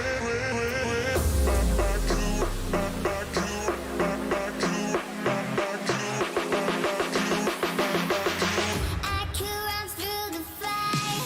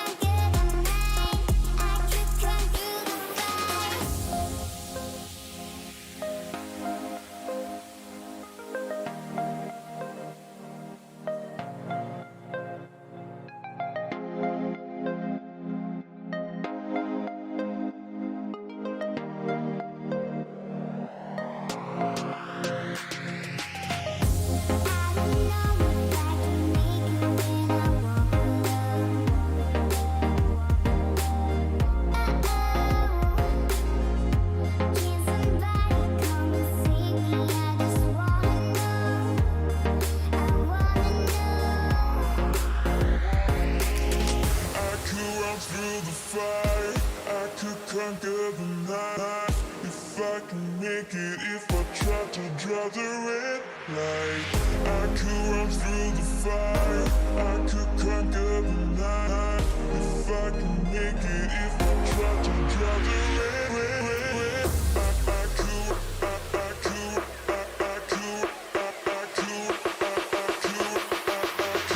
I could run through the fire.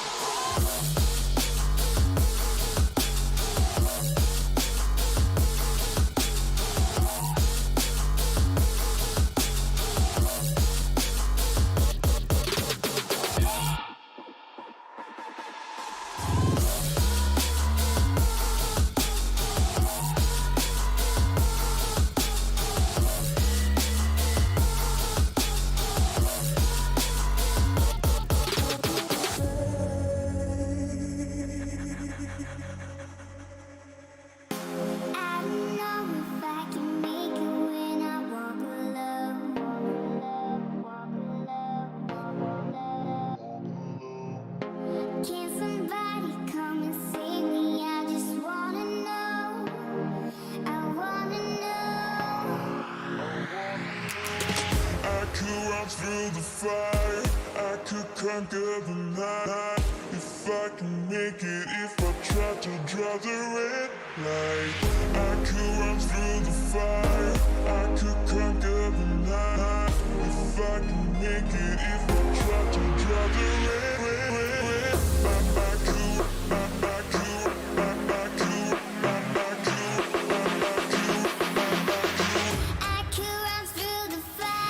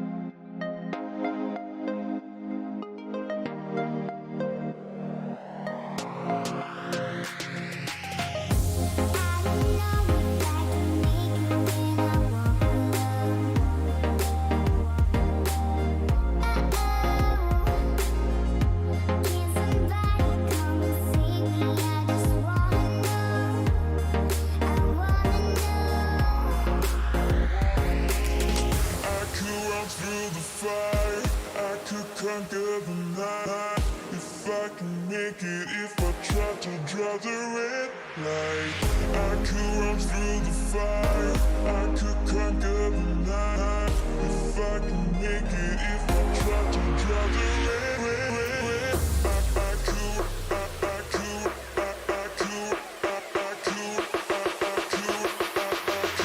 I could run through the fire.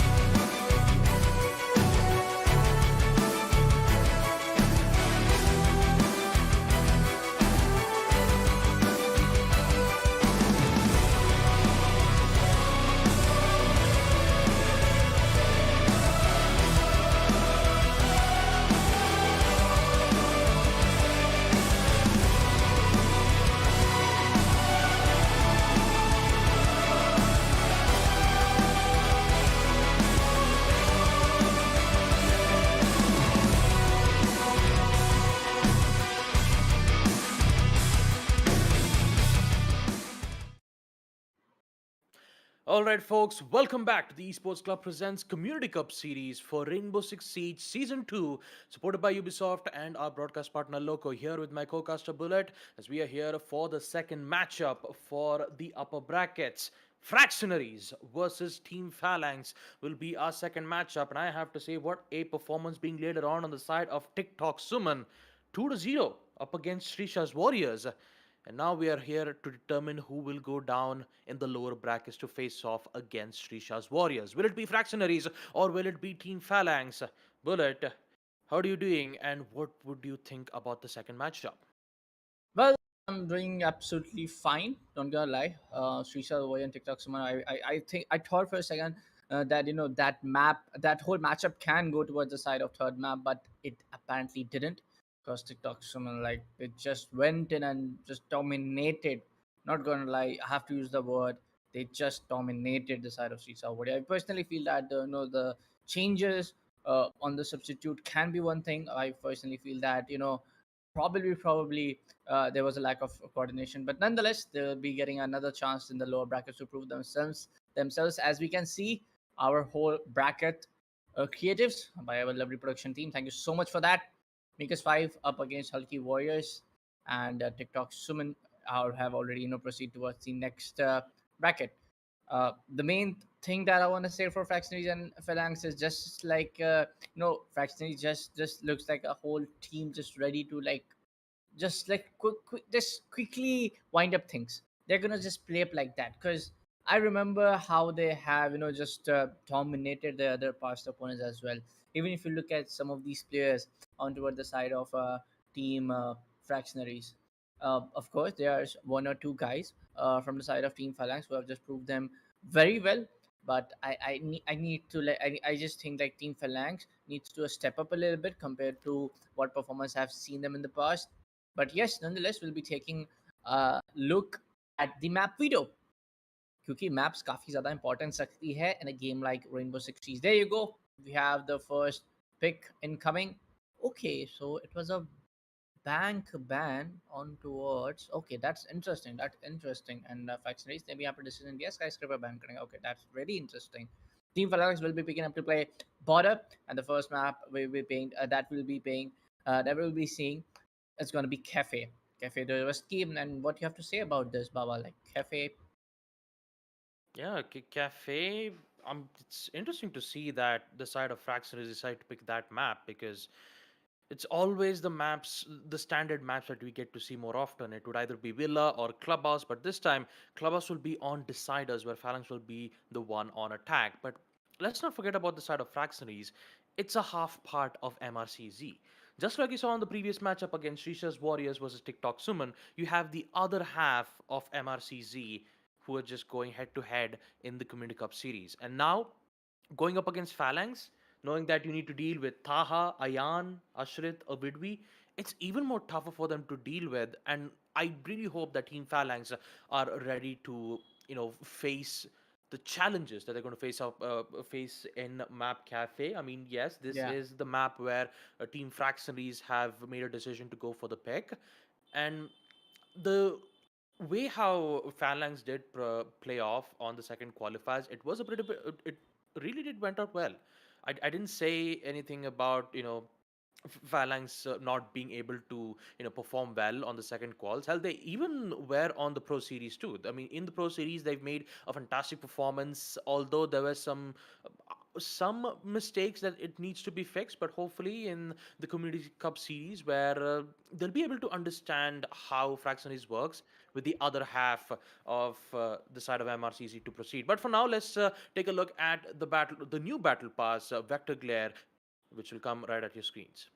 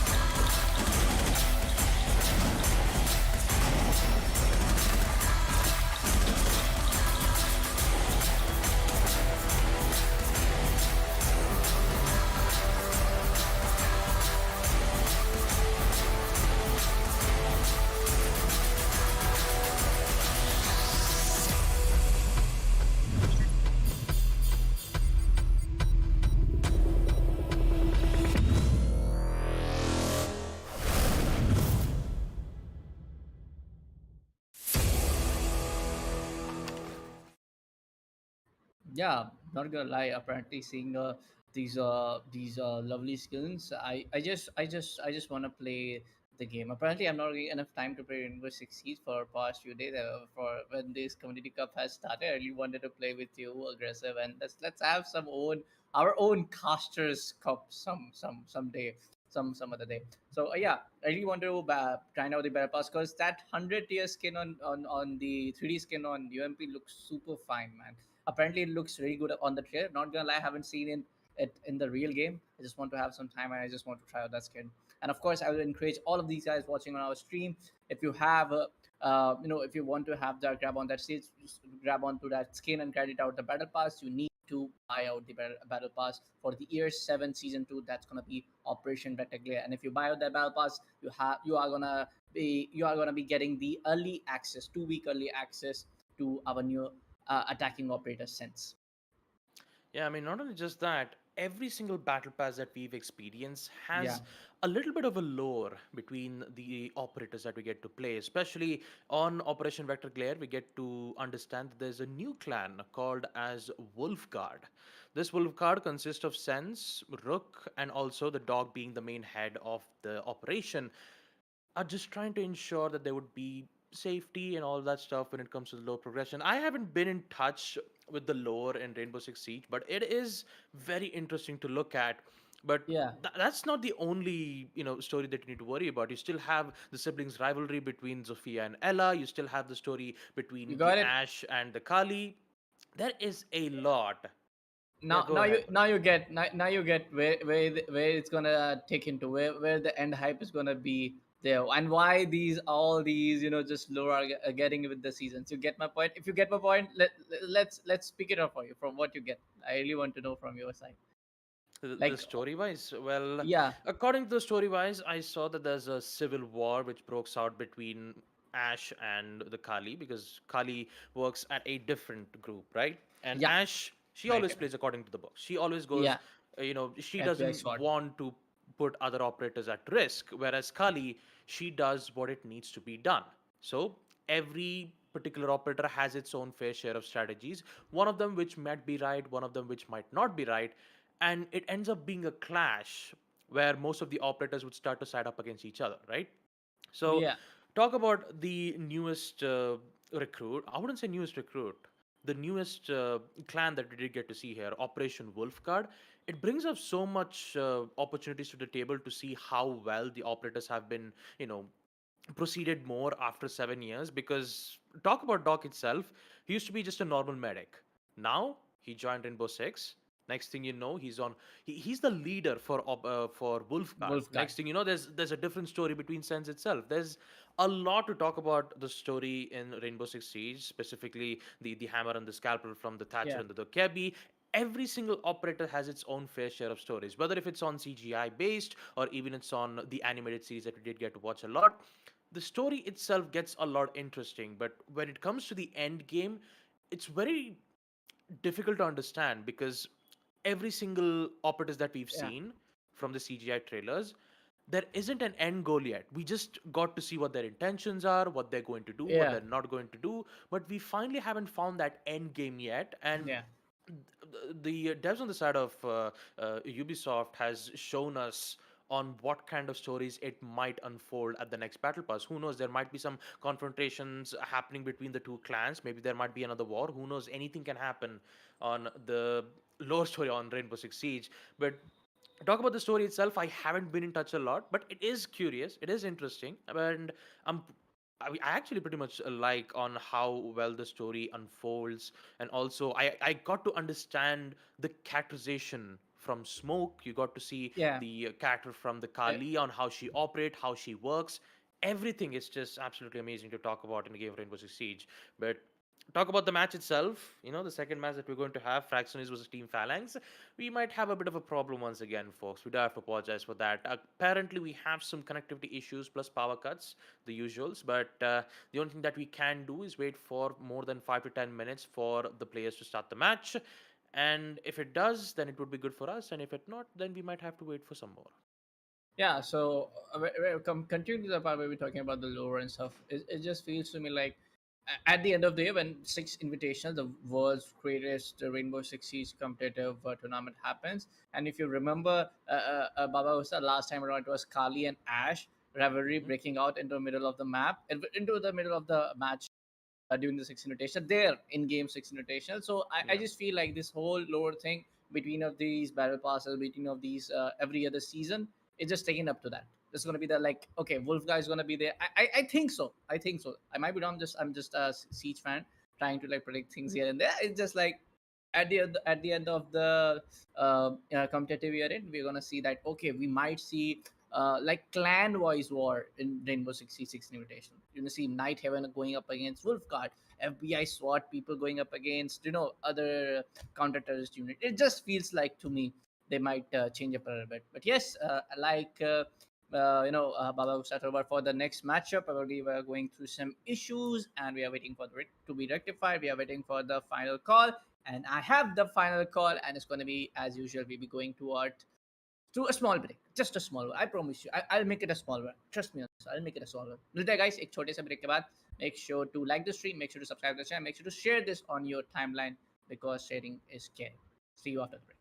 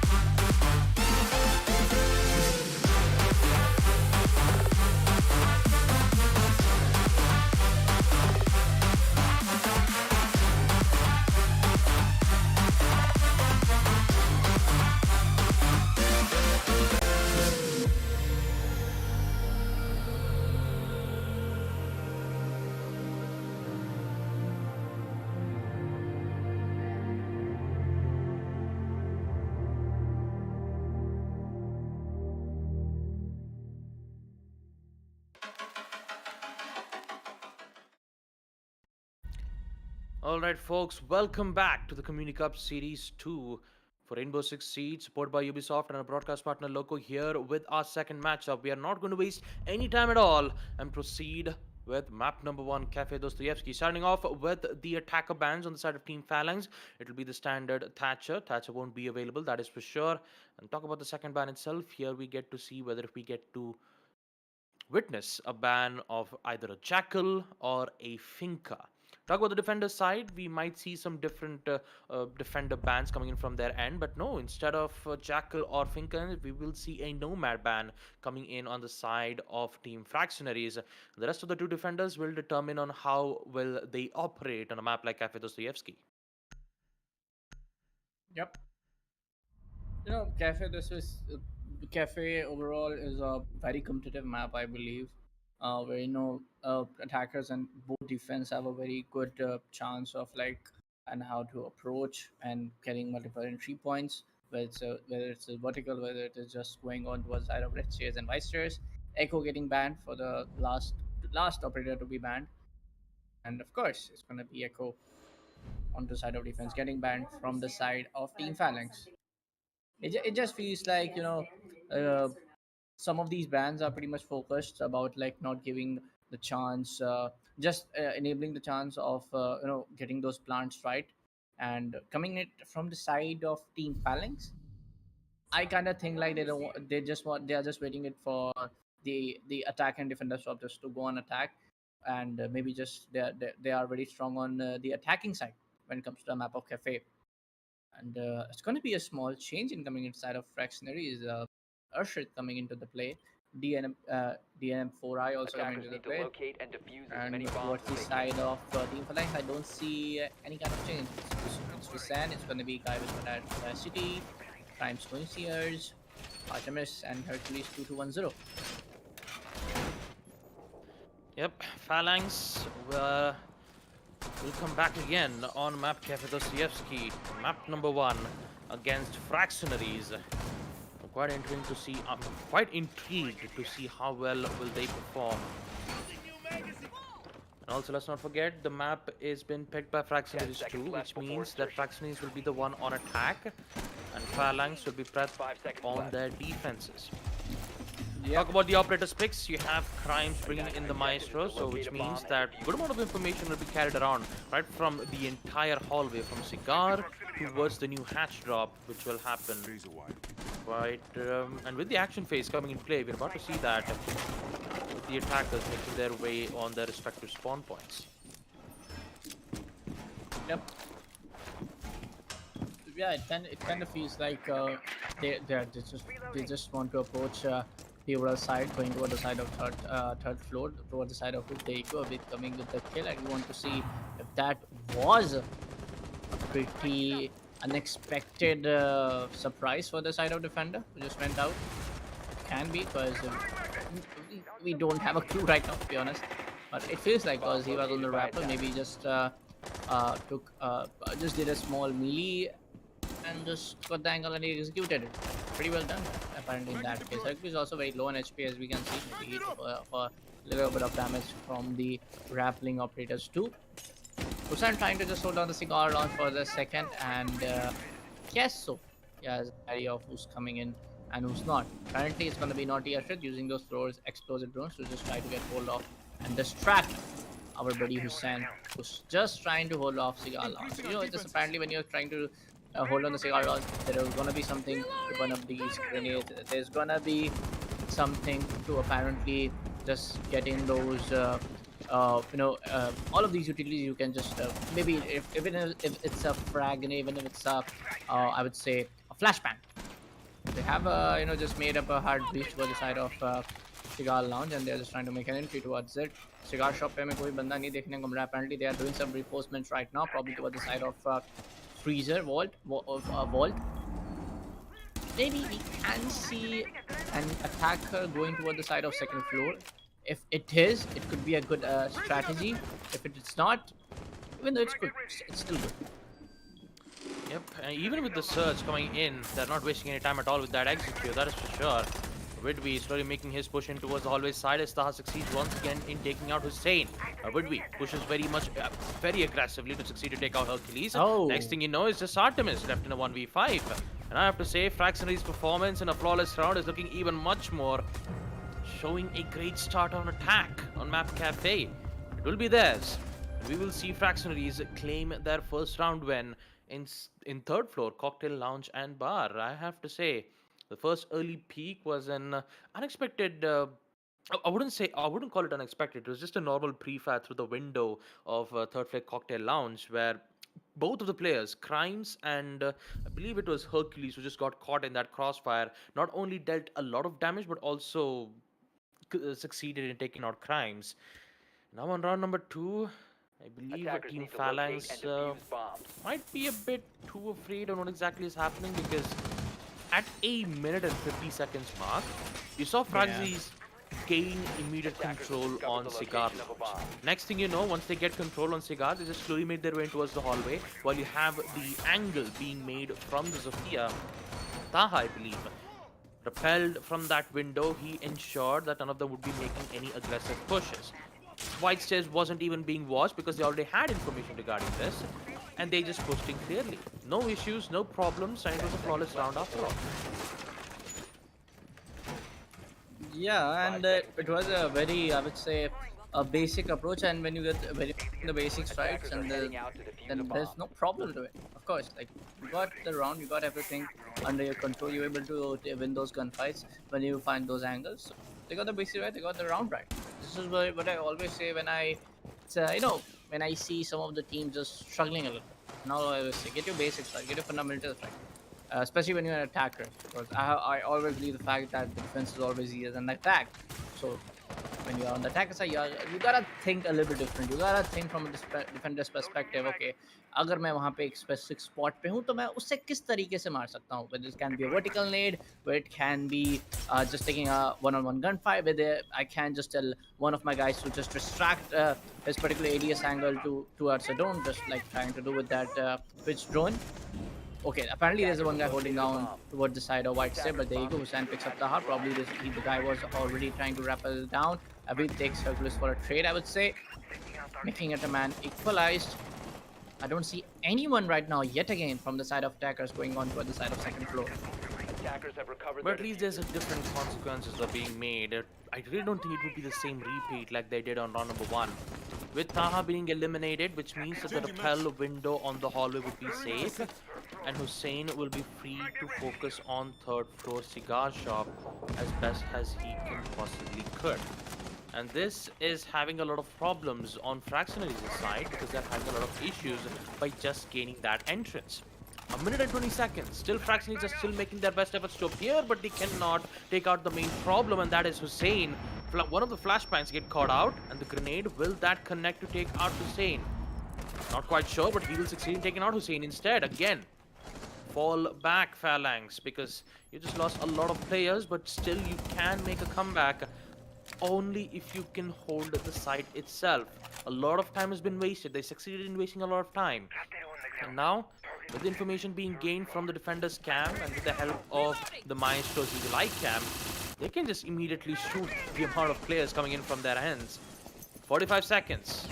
What is FragcenarieZ going to do here? Will we see a smoke execute, or will we see them just clean out players by gaining access in towards the bar freezer? That's exactly where the Maestro's location is. 35 seconds. What is their game plan? The push needs to happen. Just the amount of brief silence that's going to happen right at their fingertips. Nice Again, one.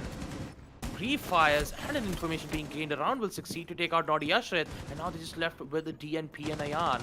Left in a 2v3. Not a lot of lovely. conscience, not a lot of information being gained around, will caught in his downfall. What? And actually something happened to the Finca at that specific moment. But in the end, we will see Phalanx succeed in round number 2. Well, I thought for a second that Finca was gonna make a lot of difference when they're trying to push the white hallway and also towards the side of the main door where this floor just came in. I just feel in a way on towards the end seconds of the round, they just lost the coordination in between. Floor just coming in where you definitely knew, because just a little while ago, Master did a pre-fire before reloading his gun. What was that play? Question mark. Attackers need to locate and defuse bombs.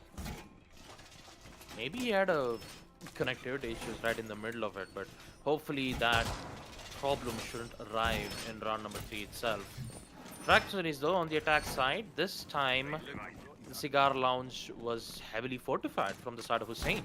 The deployable shield, the denial of the utilities perfectly done, and even the shock drones being denied from Hussein himself to ensure that neither of the ADSs which was placed from that specific spot or the Vamai's magnets will be destroyed efficiently. Now, with the equalizer being made, and I'm actually glad that Team Phalanx have made that recovery. They'll be going back to defend on first floor kitchens and first floor kitchen slash service cooking, right? Yeah, that is actually the site. Now we just need to wait for Fractionaries to make their play. The only difference is what kind of push will they make? Is it the second floor control to open up vertical lines of sight, or just a simple push in towards the bakery and open up the wall which connects towards the site itself? Although bakery is heavily fortified, which means that their only second guess would be to open up lines of sight. C4 being tossed around gets taken out from Naughty Ashret to deny that C4 ping happening. Hercules gets caught up from the attack drones. Not quite sure if it would be a good idea for him to be in that specific slot, but you still have his teammate Hussein for the support. The grenade will be used to open up the hatch. It would have been best if you could have just brought in Naughty Ashret shotgun to take out one of the hatches. Yeah. Using one grenade utility like that might cause a lot of problems. Hussein might be able to find one. Finka not be able to get the shot. And unfortunate that he had to lose. Followed up with Taha, who just slowly made his way towards the red stairs, succeeds in taking one more. Man, oh man, that was some miss coming in from the side of defense, and apparently that miss is gonna cost him a lot. Cost him an entire round, I believe. It's gonna be guy with Orosati holding down with those. I like that skin. Not gonna lie, I like that skin with that charm. That's good, man. Talking about the teams, talking about their replacement, one guy is we can see Kai holding on the main fighter hallway. Currently, some guy used to call, I believe some people used to call it the red hallway too, because it connects the red stair toward the side of bar. But I'm just gonna call it the main hallway. I don't think so. Kaid has the knowledge about that. Somebody's gonna push in from the Christmas stairs, but there's come the vertical C4. Sounds right. You got the intel, you took the risk, and there you go. But it's gonna be Guy Vatos getting picked by a with that vertical shot. And apparently, it was the same line of sight where the C4 was. Another one incoming, but this time it's gonna be from the side of Crimes. He gets it. Apparently, it's going to be a 3v2 scenario for the defense, but I don't think so that attackers can do anything right now, because Jaeger is already holding a very good space toward the side of bakery and small bakery, and they are apparently trying to make a push from the small garage. So most of the job needs to be done from the hands of Kaid. So let's see what they are able to do. They can use some nades, I believe. Yep, they have 3 nades in total. They can try to take Kaid down with that small space above the wall. Free fire incoming up, therefore he gets the kill. Finka LMG never disappoints. It's gonna be just Kaid, misses some shots, and there you go. Finka to the rescue. Yep, round number 3, and this time FragcenarieZ had no problems dealing with the defensive side that Phalanx did. Although there was some repercussions being made there from the C4 throw from the Kaid and the Jaeger, who almost thought that he would have almost got the kill from from the kitchen window where one of the players on the side of Fractionaries were in, but unfortunately he didn't have any information regarding this. He only knew that the Finka was slowly making his way from the red stairs, and he decided, you know what, let's just focus on that. I don't want any attackers gain control on the site immediately, because once they got a hold on the site, it's difficult for Team Phalanx to come back. And let's not forget, even if they do succeed in going for the plant, post-plant situation, 45 seconds, Team Phalanx doesn't have any backup plan at all in that near 45 seconds. So at that point, it was do or die situation, and unfortunately, Artemis had to lose that gunfight from that from the red hallway, that you get to see from there itself. So round number 4, it will be the same side once again. But will you see Team Phalanx come back? Because on round number 2, we see some great adaptations being made from their end. Can we see them do it once again on round number 4? That can happen. That can be the major cause. But this time, on the previous round, round number 3, we don't see a lot of,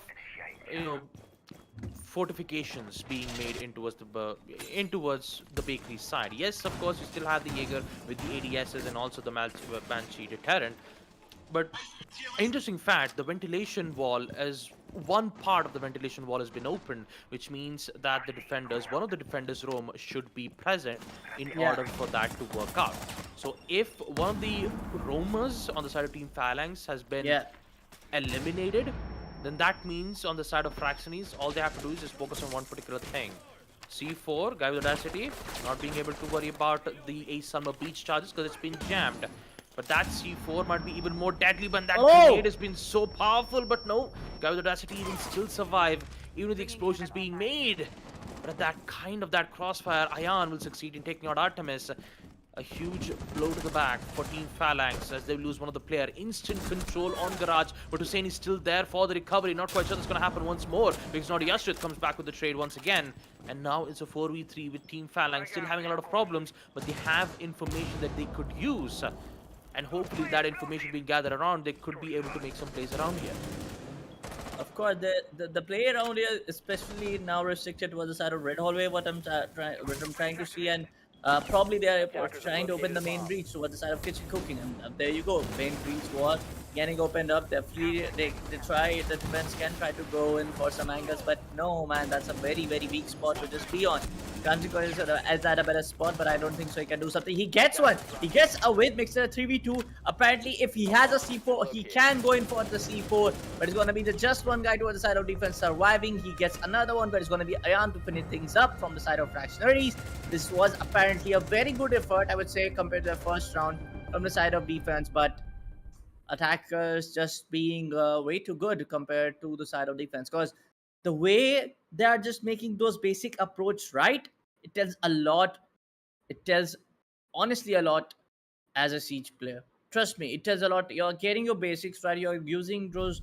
I would say I would rather call Baba. You called it drone economy. I would rather call it a drone economy, because last time I saw, at least there were true drone inside the kitchen who were giving absolute all of the visual intels of Attackers need to Kahid locate and and defuse as guy with many bombs as audacity, they where he can. was trying to hold up the angle between the prep there was the bomb situation and where the wall just got open. So yeah, he could have just pushed on to other side of prep phase and tried to just remain behind the cover of that small locker, but yeah, they had the visual intel and they just bounced upon it.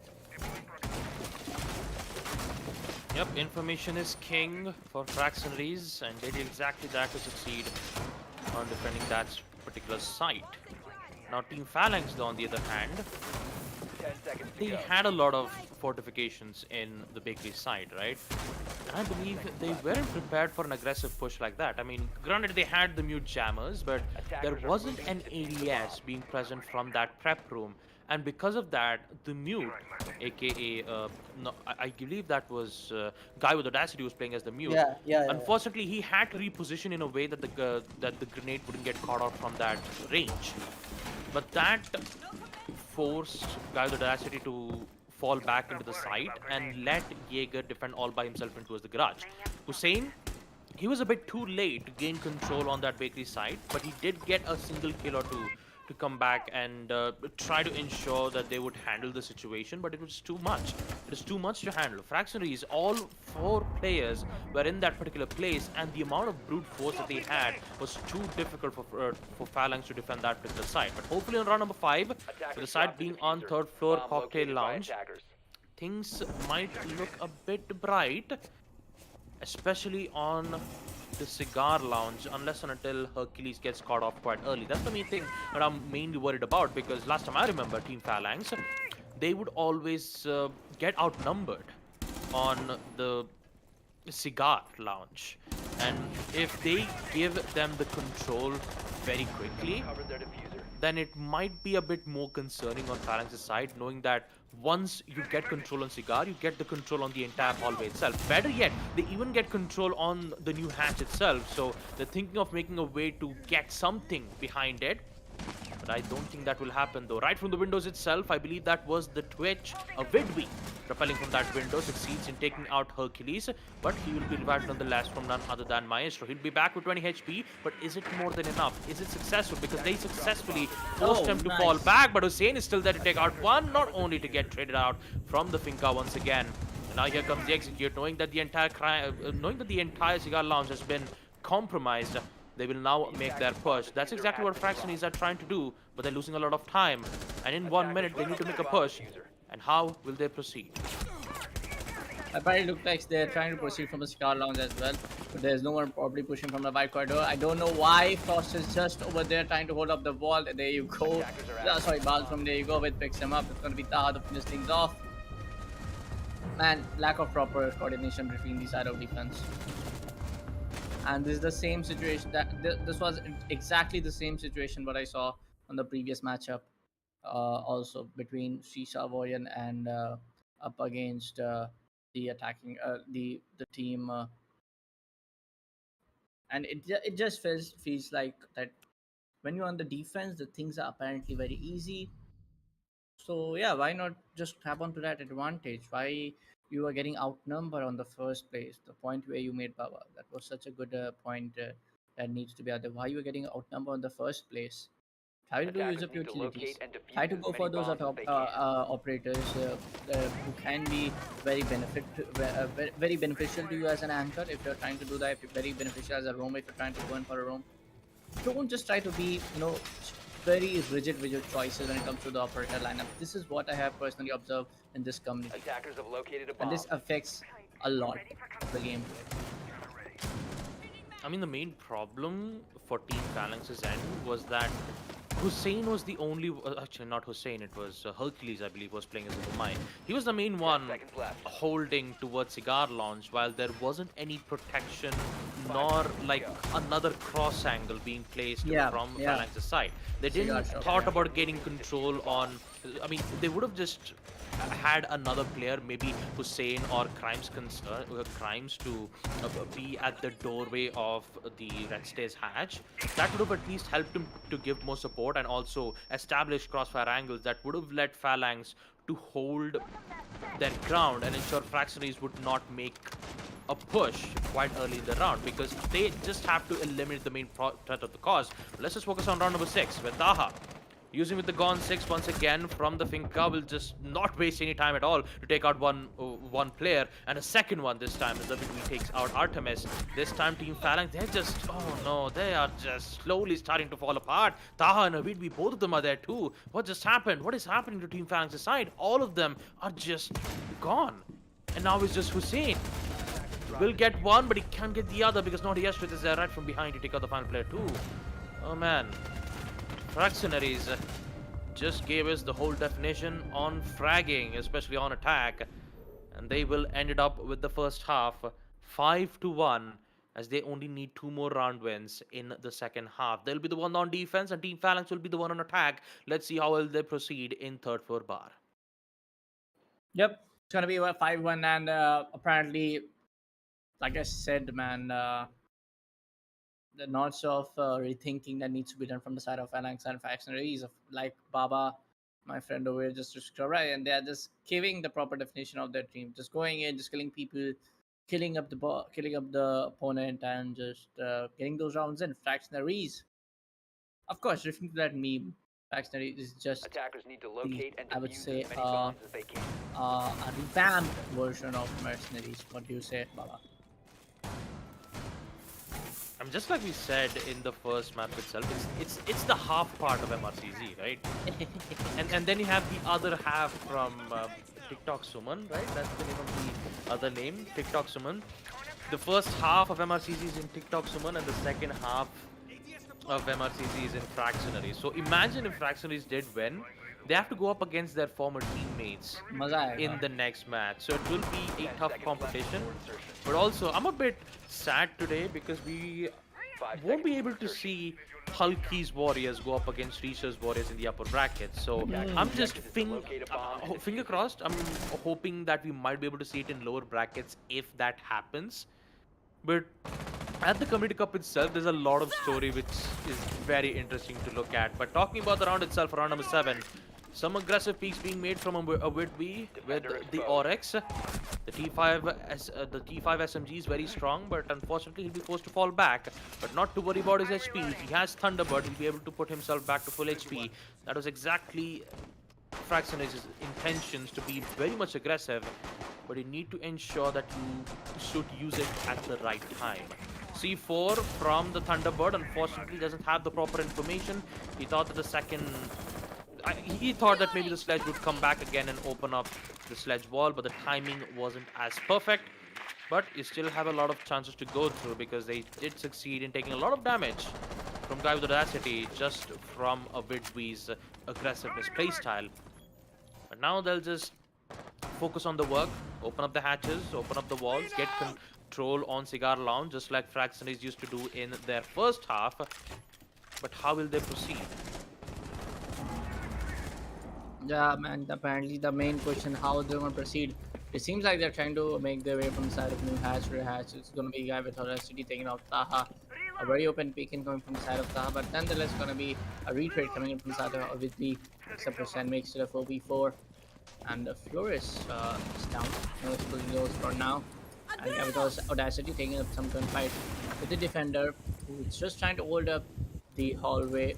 Small, I would say a very small overall area to just play in, because apparently that cannot be played if you don't have a shield, if you don't have a magnet system equipped, if you don't have ADS equipped. But there you go, Hercules SMG coming in. DNP gets out of the equation for now, makes it a 3v4. 1 bit just left on the clock. I don't see anyone press out defense trying to be a little aggressive, over aggressive. They're just trying to wait it out, just trying to go in for some free fires, but yeah, they're doing a good job as of now. But oh my god, Naughty Ashrid picks up that SMG kill, makes the man advantage yet again equalized. They know they can get up this defense round, but Ayan, oh my god, man, oh man, Team Phalanx, what is going wrong with you? Cigar Balboni पे यहाँ पे drop ले लिया Hercules ने, but apparently he's gonna be the lone guy surviving, and with a double kill in this round, he's gonna be the lone player surviving. And Ayan gets another one, 3 coming from the side of Ayan. And oh man, this is some plane coming from the side of FragcenarieZ. The way they're just going in and just killing Team Phalanx, just a warning incoming for the side of Team Phalanx, that how you wanna rethink, how you wanna what are the mistakes, what are the times that you need to just think and just take a moment and just request for a technical timeout. Yeah, that's the reason why they went in for a pause time. I think they did ask for a pause. Hussein was the one who asked for a pause time. Yeah, there you go. I believe that's the reason why they have to understand on what went wrong, what not to do. Maybe, maybe not, but who knows? Maybe we'll just proceed to round number 8 without having any problems at all. First floor kitchen. FragcenarieZ will be on match point here, folks. 6-1.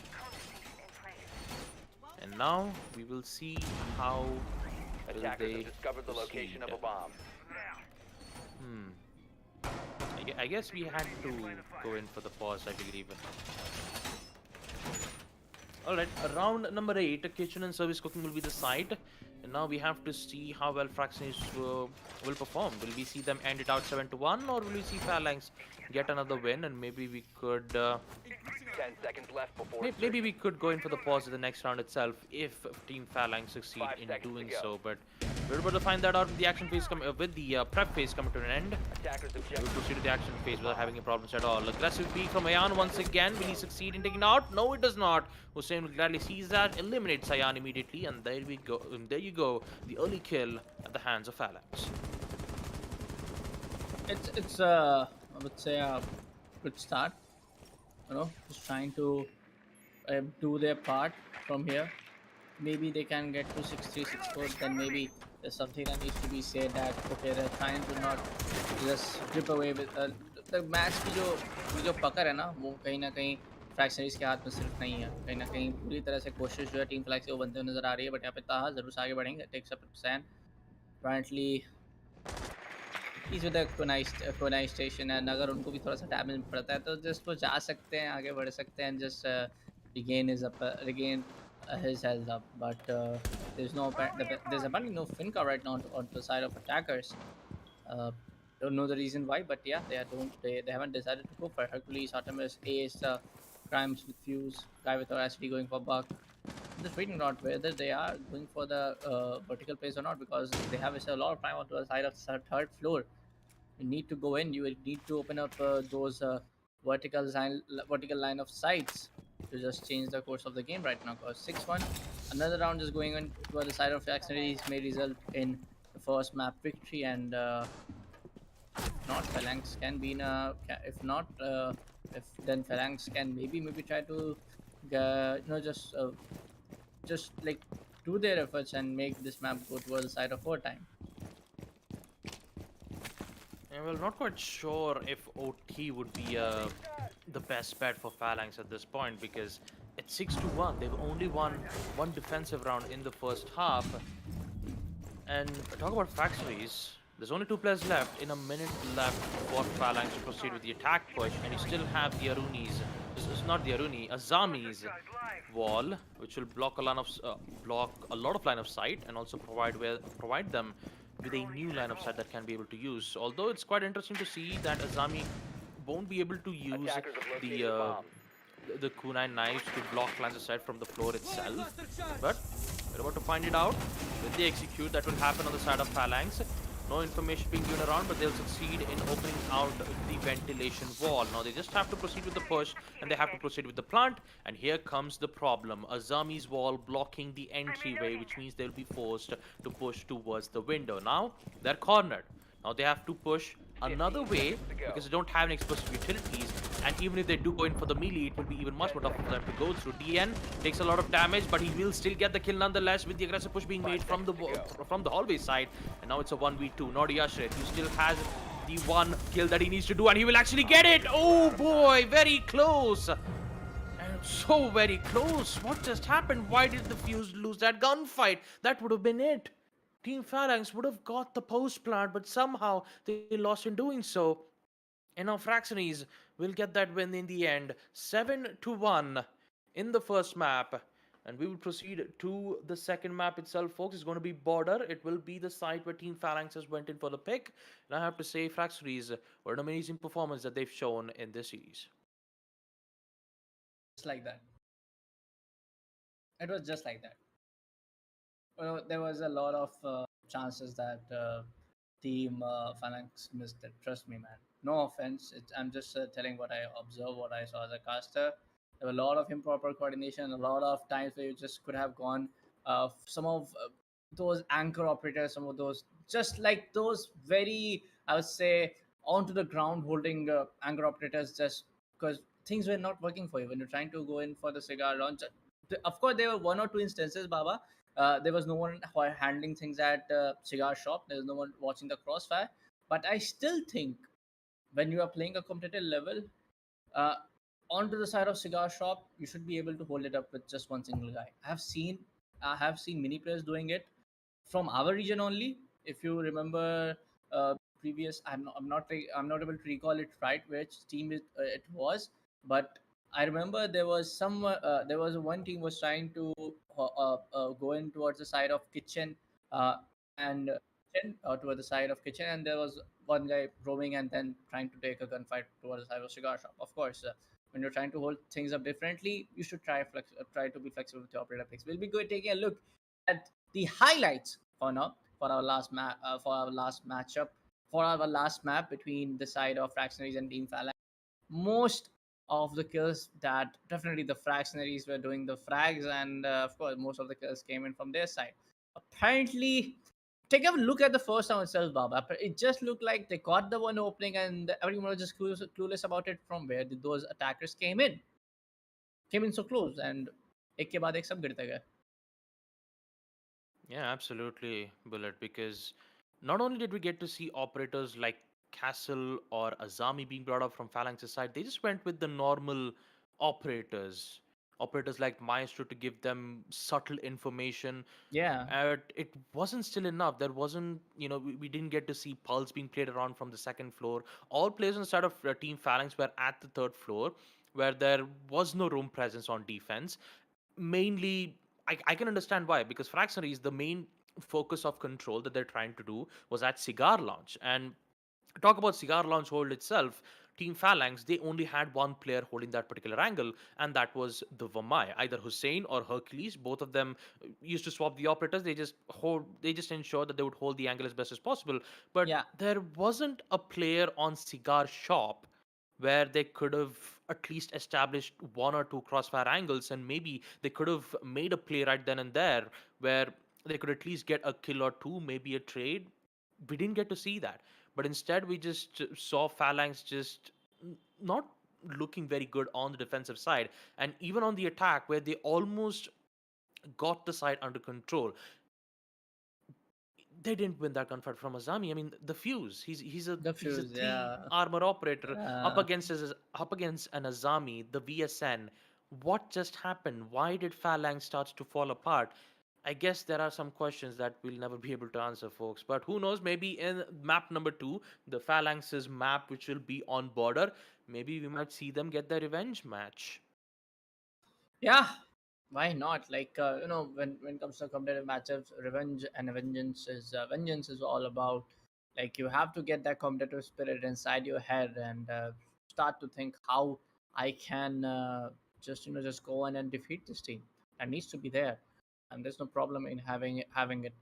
Baba, my friend Baba just told in right now, it's gonna be the bottom map for our second map, and then probably if Phalanx get it right, maybe then we can maybe go towards the side of second map, third map. I believe the way just things went in for the first map 7-1, I don't think so. We are gonna go towards the third map. Yeah, man, that's the sad reality, Bullet. 7-1, when you see a 7-1 dominant 7-1, performance yeah. from Fractionaries, you might be thinking, does Even Phalanx has a chance in second map at their own map pick? they have to go towards the side of loser brackets, I believe. Okay, even if Phalanx does go to the lower brackets, I believe they have to go up against Shreesha's Warriors, right? Shreesha's warrior. So if you're on a team like Phalanx, you might need to think about it for yourself. You need to think for a bit and see if they be in lowest bracket, Yeah. is it worth it? Is it worth taking the risk? Or if we could just come back in map number 2, take out Fractionaries, and go up, wait for the next match that will happen, and hope that we will hold our ground in the upper brackets, because you still need that one chance, right? You still need the Definitely. chance. And if you lose your first chance itself up against Fractionaries, next thing you know, you go up back from lower brackets to go Yeah. up against Reese's Warriors. And of course, I just realized when we were watching the first match itself, Hulky wasn't present on Reese's Warriors, though, right? Yeah, he wasn't even there. But still, in the next match, I'm really very much worried for Phalanx's side, but hopefully we'll be able to see the action coming in right at our screens. But for now, folks, let's just take a look at our trailer for Battle Pass Vector Glare coming at your screens.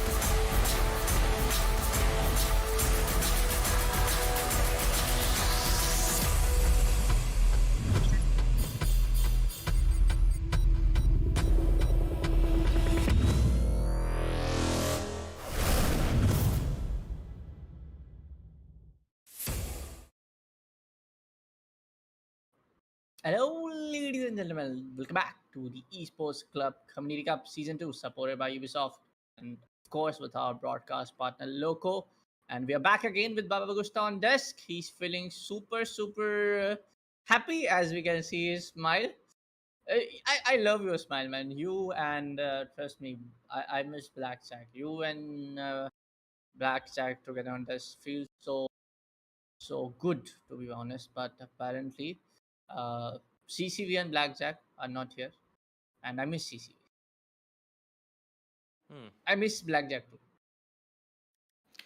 Well, not to worry about it too much, Bullet. Of course, they'll be back in the next series, that's for sure. But for Community Cup, unfortunately, CCV and Blackjack won't be available as of now. But let's talk about the second match itself, folks, as we're not going to waste any time at all.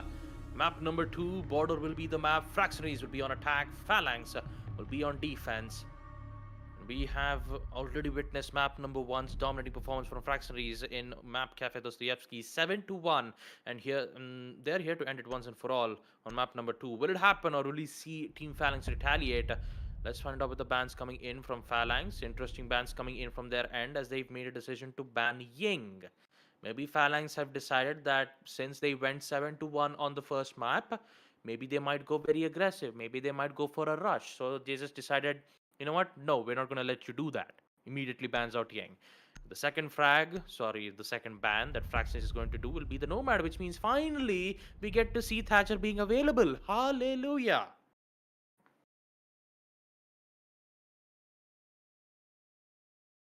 It just with together that Ying.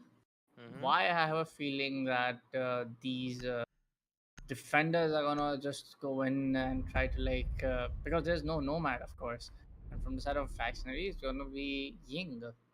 So apparently they're just both helping each other out right now. Oh yeah, With the this, helping hand we see from Nomad and the Valkyrie. Yeah. It's like, hi, welcome to the ban phase. How you doing? I don't know. Never mind. I shouldn't No? make a. I mean, here's the thing. Nomad and Valkyrie, both of them are bench, right? So I thought they're just shaking their hand and be like, hi, I'm Valkyrie. How you doing? Hi, I'm Nomad. How you doing? They're just having a seat at the bench and they're just having a talk. Wait, did I just said something wrong, Bullet? No, it's just that Mm-hmm. my joke as an English caster never gets right. It's just, and I'm laughing here at myself. Haha. Oh, hee hee. Mm. Yep, round number 1. I mean, I wouldn't say the same thing to Team Phalanx though, because they're not going to laugh, that's for sure. Second map, Team Phalanx, they lost 7-1 on map number 1. Will it be the same thing on map number 2? We're about to Attackers find need it to out in locate the and site defuse bombs. being on second floor, armored lockers and archives. Yep, and I feel that it's their chance yet again, Phalanx. You have that chance now. Border, paid defense. You have that chance. Picking up armor, picking up the tellers and bathroom. These are some of the objectives that are very defense oriented. Not always for the attack. Sometimes get a little bit difficult for the attackers to also get in a very good approach, especially when you're pushing from the hallway, especially when you're trying to open up the office and you can't. Defense is so good. So I feel like they might have chance, but again comes the question, buddy. Defuse a bomb. Okay, Time for Nook, distraction. Finka, Osa, and Thermite. Oh, Thermite Thatcher, my bread Yeah. and butter. Finally, I mean, that's what I said, right? Thatcher hasn't been Yeah. banned here. So, seeing the OG Breach Brothers, Thermite and Thatcher, will be available for the attackers, which means opening up the walls and armored lockers will be easier as you'd expect. Cooked nade from Ividwi, unfortunately, not work. Maybe he just aimed it to destroy the deployable shield. Maybe that's the reason why we saw him use that cooked nade. But other than that, currently we see Fractionaries, all players inside of Fractionaries slowly making their way towards the hallway, which means that something bad is about to happen. But to whom though? That is the biggest question. it's just heals, man. They're just trying to get some overall intel, and they're just gonna go in. It feels like it. There you go. Crime's trying to go in for a C4 play, but apparently he takes in a lot of damage. Okay, okay. A risky play, but nonetheless, they will try to just not to give any kind of picks yet again because he's very low on HP. He gets hold of Hussein. There you go. The NP takes out Hussein. It's going to be a bit picking up Hercules. It's going to be one more guy going down for sure. Ayan. And there it is, Baba. The attackers bombed the Man, already Attackers just have like recovered that, we their see FragcenarieZ just take out all 3 players and gain control on server room, and now they're making their way in towards the side itself. They're cornered of Vidvi already in the side and takes out the rest of the 2 players. Flores round once again. What is happening? Phalanx. What is happening? Are you guys all right? What did I told you? Few seconds before, if you remember. Yeah, Phalanx just they're not doing good. I mean, I hope they're doing all right. I mean, what is happening from their end? Like, how are they getting picked off like that? They just got control on servers. They open up the wall. They push towards the hallway. And they just get a simple win on round defenders. number 1. Protect your bombs No from being contest defused being by made. No attackers. nothing. Thatcher isn't banned, in which I'm actually quite happy that Thatcher isn't banned, which means for the attackers it will be easier to open up walls. But what is happening? Like, why is Phalanx losing 1v1 confrontation gunfights? Why do we see extra peaks being made? The C4 throw, was it really necessary? Hi stream from Midway. Hello.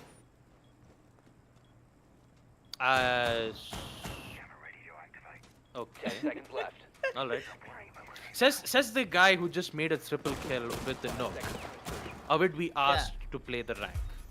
And it's even quite funny because he's just saying it on stream itself. He's like, looking for group, I want to play rank match. But maybe he could play the with the sign Sane on, there, that's just on side of Team Phalanx, you know? Yeah, sorry, Baba. There was No, I said apparently a voice Abidvi. break-in. No. I said Abidvi could have, asked to the opposition team that maybe we could play rank together sometime. You got the banter literally right. What's happening in the chat right now? Because he pressed it in the all chat. They are just trying to get do the mind games up here, and it's totally fine. Personally, Mind games. yeah. I can't say it on the broadcast right now. Okay, then let's just focus on the match at hand as we see Crimes succeeds in taking out DNP. The Finka won't be available, and so does Lovely. Sabitvi as Guy Lovely. takes out one more. Ayan will be there for the refrag as he takes out Hussein.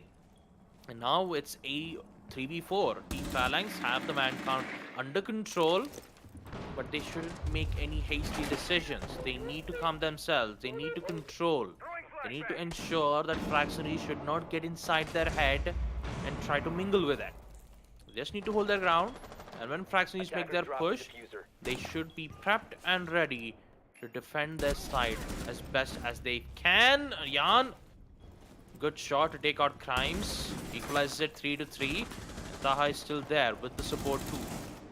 But the only main problem is that they haven't opened up the wall on second floor armory, which means that the side of Team FragcenarieZ, they're thinking of making the decision to open up the side on offices, which I'm not quite sure if it would be a good idea because there's 2 players holding out that particular place. Pre-fires through the wall, but unfortunately won't be able to get the confirmation because he just deals some minor damage to them.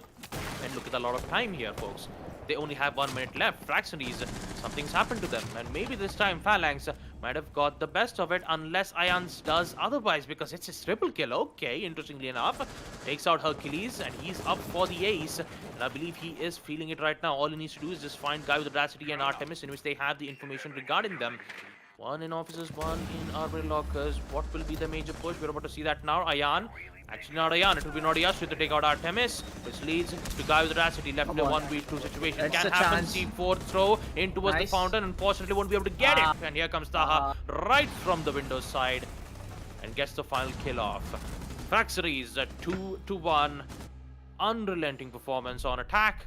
And I believe they want to continue to do so once again on round number 3 as well.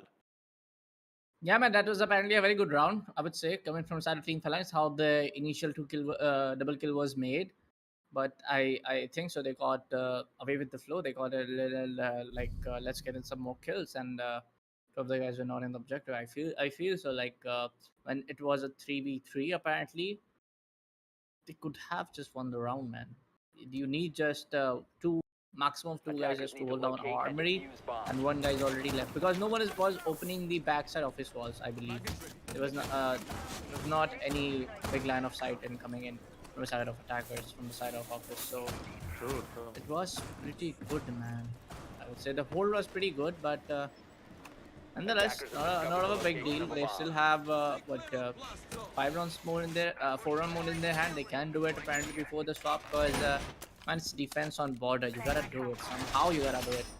Try to change up your operators. Try to experiment with it because apparently it's your second map. You have to do something in it. Because if this second map goes out of your hand, the whole match is going to be lost, and you're going towards the side of loser Attackers' brackets. objective is to defuse a bomb. Yep. Brackets. What is brackets? Lose. Why I'm saying brackets? I mean, brackets, you have types of brackets. You have square bracket, rectangle bracket, flower brackets, which I love using flower brackets a lot. What are But flower talking about the brackets? tournament bracket, it's the lower bracket that Team Phalanx needs to worry about. And going up against Shreesha's Warriors will also be a tougher challenge for them. So I'm not quite sure what is happening on Phalanx's end. Round number 2, they look pretty good. Early hit was there, even they made their final strategic hold, but somehow something happened to it, and Ayan was the main reason why they got that triple kill in the first place. Gone 6, Nice! C4, Ah! good return to take out Ayan, but no, there's a lot of pressure being made, and this time it's a Widwi. Once again to take out Hussein, Good but there's a one. lot of pressures being made around. Once again, it's crimes to take out a Widwi. 3v4, and this time FragcenarieZ just lost 2 of the important players, and Odiyashrit has been picked out quite a lot of damage. So he'll be forced to fall back and maybe try to make his final hold in towards the office side itself. 2 minutes left. They got control on the side, but they don't have control on the diffuser, which means that the side of Team Phalanx, they have the upper hand. And let's not forget, the side is on first floor workshop and ventilation room, which means they need to get downstairs and make their final stand. This is actually a good trade out though from the side of Phalanx, because they just removed 2 players out of the equation, both a Bidvi and Ayan.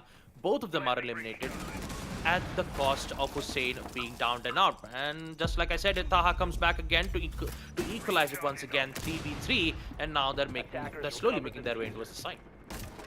Yeah, apparently I feel just they can just get in, and there you go. Taha is trying to go inside of the other bomb site, just trying to see if trying to figure out a way if he can go in for a plant or not. He knows that just 1 minute and 10 seconds left on the clock. Not going to say just apparently there's a lot of time, but still, as an attacker, it always gets with the pressure that needs to have the whole time. Taha apparently takes up with the audacity, and he's actually going in for the plant. Where are the defenders right now? There's apparently a guy holding down to the side of second floor, but it's going to be the Dotty Ashrit. There you go. Defenders trying to go in for the second floor. Artemis is trying to go in for the main door too. Apparently, TNP is gonna miss him, but not gonna lie. There was a run out. Nice one, but the diffuser has been planted. Harugli needs to rethink how we wanna approach this. Just 24 seconds. Now you gotta go in from the rotation, mate. You just can't go in from here. Go in from the rotation. Do for a fake plant. Try to use your C4. Apparently, you don't have a C4. Man, Unfortunate. This was very unfortunate. They made it a good effort.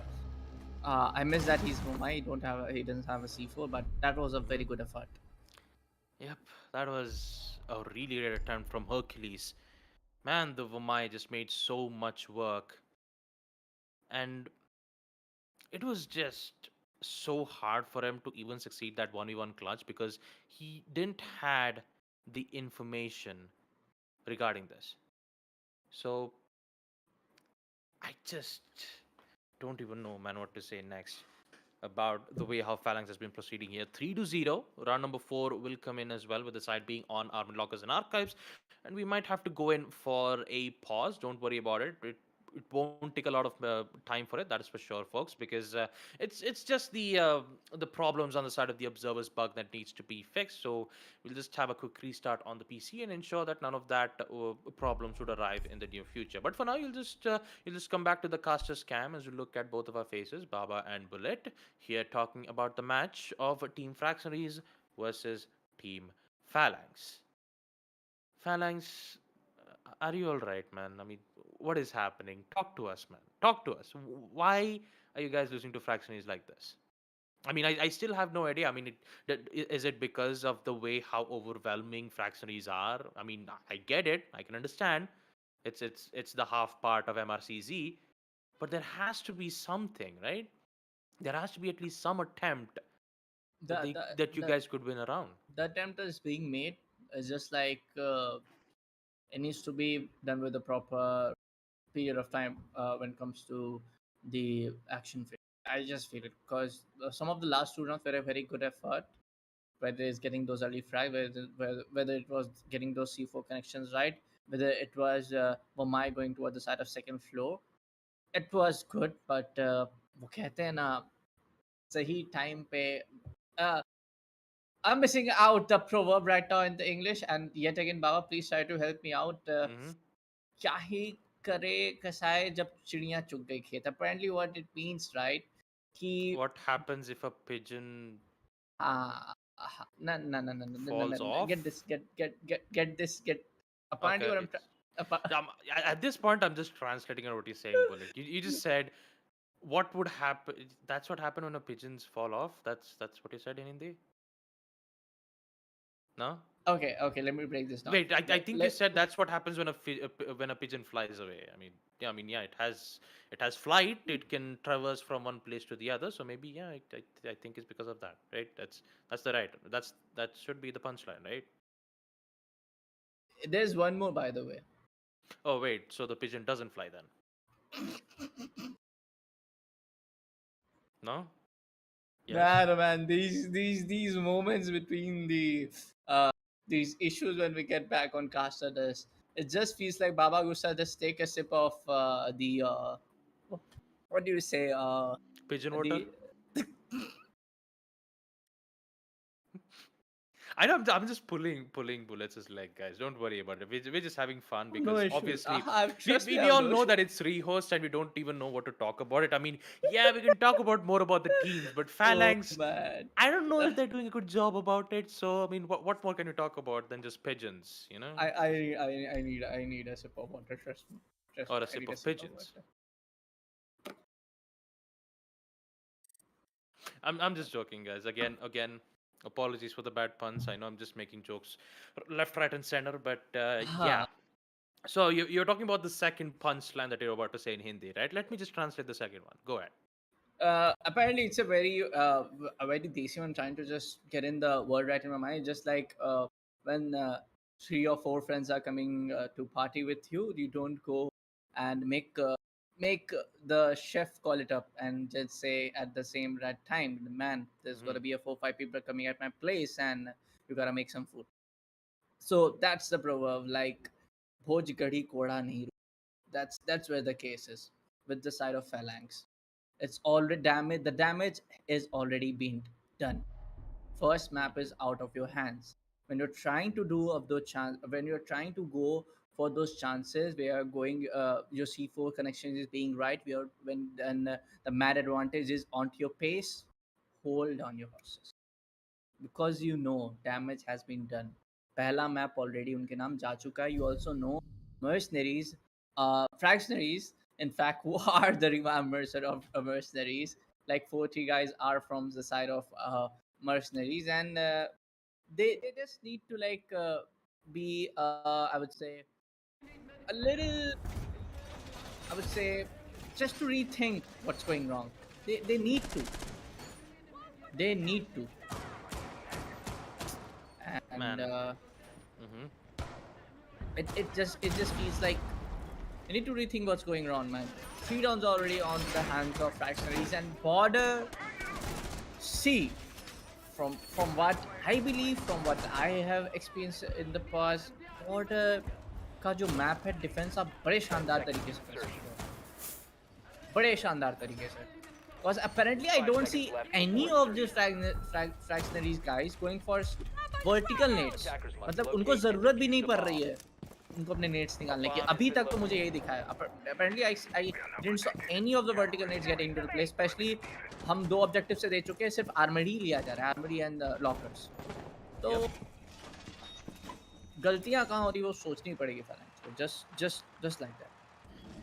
I mean, this is the third time where we're seeing Team Phalanx go to the same site. Second floor, armory lockers and archives. And this time, maybe there might be some hopes. After all, Lovely. Artemis, early peak, and this time Ayan has been taken care of, which means that the thermite won't be available to open up lines of sight.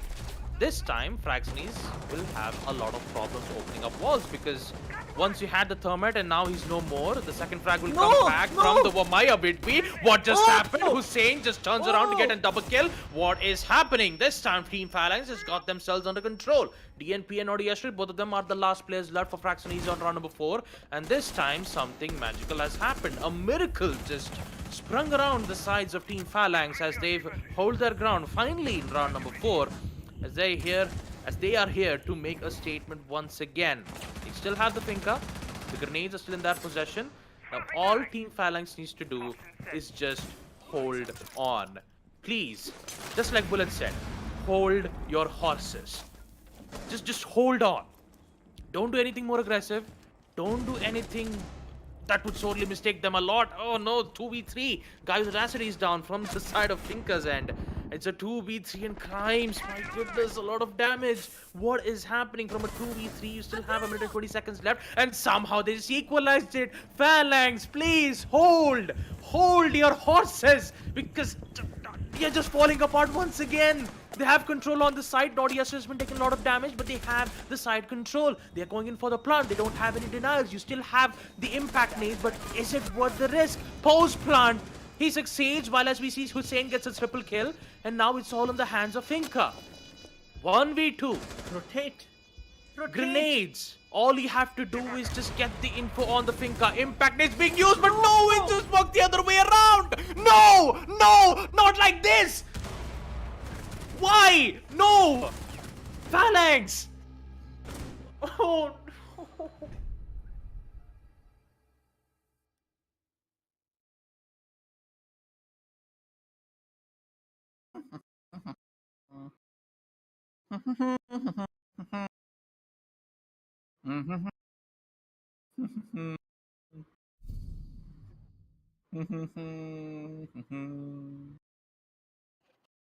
And I just feel I'm just what went wrong exactly. Let's break it down a little bit. When we have the preparation phase, when I just saw Thermite going down, Defenders, protect your bombs from being you're, defused by you're attackers. I'm just thinking who's gonna be the IGL from the side of Phalanx. You need to have that, buddy. You need to have that game sense. You gotta say to your teammates, main breach तो बिल्कुल नहीं खुलने वाला है. Nobody is gonna come in from the main breach. You gotta watch the office now. Because at that time, sorry, Baba, please go on. I give up.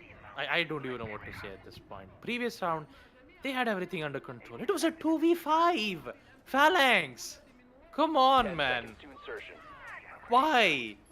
2v4. Yeah, it was 5 seconds to yeah insertion. 2v4, but still, they had the early kill.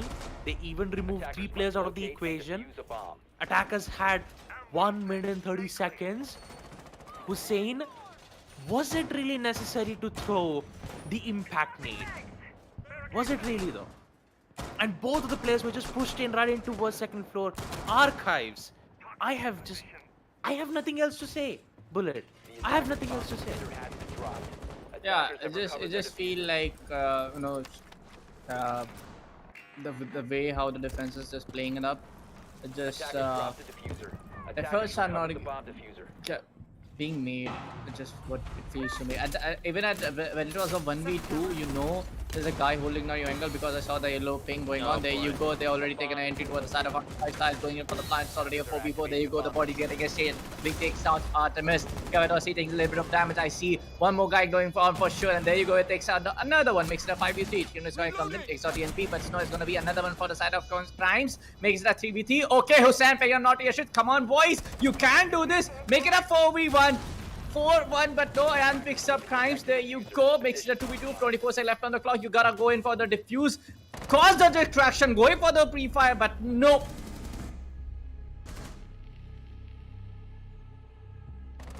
Pew! Pew, pew, pew, pew. What is happening, man? What is happening in this round? They just went in. They just went Inst- in. Phalanx didn't have any idea about it. Any idea about it. Instant control on archives. Osa places the shield. No smoke gas canisters for denial. Very late C4 throw from below. Man. It's just nothing I can say at this moment. Fractionaries. Oh, fractionaries. I believe they just broke them. Protect your bombs They from just Huh. being broke used by them. attackers. Yeah, like coming to the part where I just feel as a caster I need to say this. The banter was just to break them. The chat banter was just to break them. If you get my point, Baba, now you should get it by now. If you don't get it, I kill you. Dude, I come and kill you. You don't have to because Yeah, that the Here's the banter, thing. the banter was. I still Cover the think Nodi location of a Ashrit bomb. was still hoping to play rank. Okay, he wants to play rank. All right, let him. I don't think the banter 10 has to do seconds anything with remaining. this. I mean, seriously. It has. Bomb Ah, located by man. attackers. And it just 5 feel seconds like left. I want to use that. No disrespect to Team Phalanx. Attackers are We are heading not out being to biased. defuse the Just bomb. we are stating the obvious thing, and we don't need like anything because it's there, man. We are just observing things. We don't know exactly what kind of mind decision are you guys taking. Because as a caster, हम आपके दिमाग के अंदर नहीं जा सकते, but आपके play के बारे में जरूर बता सकते हैं. डूबते तिनके को चाहिए एक सहारा. 2-3 राउंड अगर निकल गया Phalanx से, हो सकता है एक रे ऑफ होप बने, but I don't think so. Fragcenariez are gonna allow them to do so. Well, guess what? They're in the site already. Attackers have They're in the recovered their site. diffuser. First off, box of ventilation. They're in the site already. Second floor control is not in theirs, but they're still making their best efforts as best as they can. Never mind. Nothing. Nothing. Not a single player has been down on the side of Fractionaries. It's all down to crimes, and unfortunately, crimes have been committed, and it's Fractionaries' turns to get another flawless round win. Round number 6. The entire 6 rounds is at the hands of Fractionaries, and they are here to complete it off by having a match point 6 to 0, and they're here to just go 7-0, a flawless win. Yeah, this will be a second flawless win, I believe, in the Community Cup Season 2. Entire. I don't know what is going on Phalanx's head right now, because I can understand if you're, you know, if they're it just- hurt. It's I just, can it just- understand if something's going on from the team basis, but it shouldn't go that bad. I mean, there were some certain rounds where Phalanx did do well. Defenders, Their protect your bombs performance from on being Pro defused Series by were attackers. absolutely amazing. I don't know why up against Fragcenariez Yeah, they're having yeah. a lot of issues. if Baba, not gonna lie, I missed some of the Pro League matches due to my exams and stuff. But I just feel कि if their performance was really good up against some of the teams, then maybe कुछ हो सकता है, like normal personal issue, कुछ भी हो सकता है. We don't really know as a caster. So yeah, of course, why not? That can be one reason. So nonetheless, it's they are going towards the side of loser bracket. They have still another chance, but they gotta make it count, buddy. They gotta make it count. Even if you are having a second chance. And chances की अगर बात करें ना, तो tournament का format ही ऐसा रहा है. जब से क्वालिफायर्स स्टार्ट हुआ है, जब से मैं जुड़ा हूँ टेक के साथ, जब से मैं क्लोजली ऑब्जर्व कर रहा हूँ चीज़ों को, तो टीम्स के पास बहुत चांसेस हैं. आपके पास एक तो पहला BO3 हो रहा है. That is enough for a comeback, I believe, as a competitive Siege fan. And then you have loser brackets. That is also, I believe, that's going to be also a best of 3. Yeah, that's going to be a best of 3. Just saw it. So chances बहुत है. Just like कि आपको सोचना है, आपको दिमाग से अच्छे तरीके से सोचना है कहाँ पे आपसे गलतियाँ हो रही हैं. Oh my God, Sense Lord just arrived. Yep.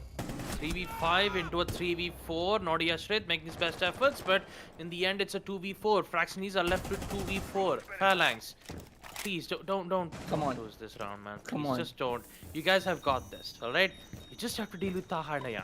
They don't have any denial abilities. They don't have a nitro cell, even an impact. You still need to be careful on the side push, and I hope so that something might good happen, but I seriously don't think that can happen though. Once again, Ayan takes out Crimes 2v3. Now he's just left with the other rest of the 3 players. Hercules takes out Taha. Good one. It's good, which means that Ayan is left in a 1v3. Now he needs to clutch a 1v3 situation all by himself on a side on second for armored lockers. And now Phalanx are slowly making their way in towards the side. Can this happen? No, Ayan. Okay. Hercules will fall back nonetheless. The grenade. Wall bang.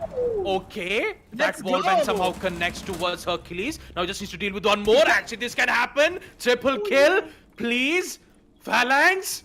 Don't do this. Please don't do this for the second time. Don't. I will be on my. I don't know what to say. Ayan.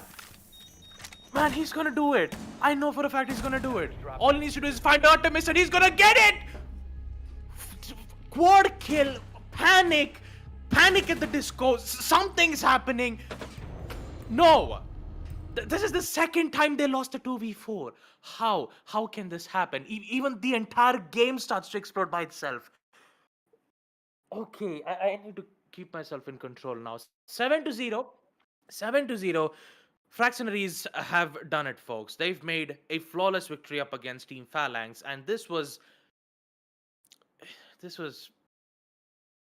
very. I no words. I'm speechless. I'm speechless. This is one thing I believe Baba when Baba just told me, even आपने ये बात पहले बोली थी Baba, I just feel कि अगर कुछ personal issue है, of course there are many things हमारे region में बहुत सारे ऐसे problems होते रहते हैं. I personally connect to that. कुछ है तो it's all fine. But you had a best of 3. Definitely second map पे comeback हो सका. आपने defense से start किया था border पे. As a siege competitive fam, I personally believe border पे defense up करना armory पे, especially bathroom test पे after the rework is pretty defense oriented. It could have gone that, but चलिए कोई बात नहीं. अभी के लिए हम थोड़ी देर में highlights की तरफ नजर डालने वाले हैं. The way this all action just went in, हम of course उस खूबसूरत तरीके से बता सकते हैं कि किस तरह से FragcenarieZ ने dominate किया है over Team Phalanx, because some of the plays were very good. क्योंकि clutches की अगर बात करें from the side of FragcenarieZ, तो highlights निकल के आने वाले हैं हमारे the Esports Club के Instagram page के लिए. Yep.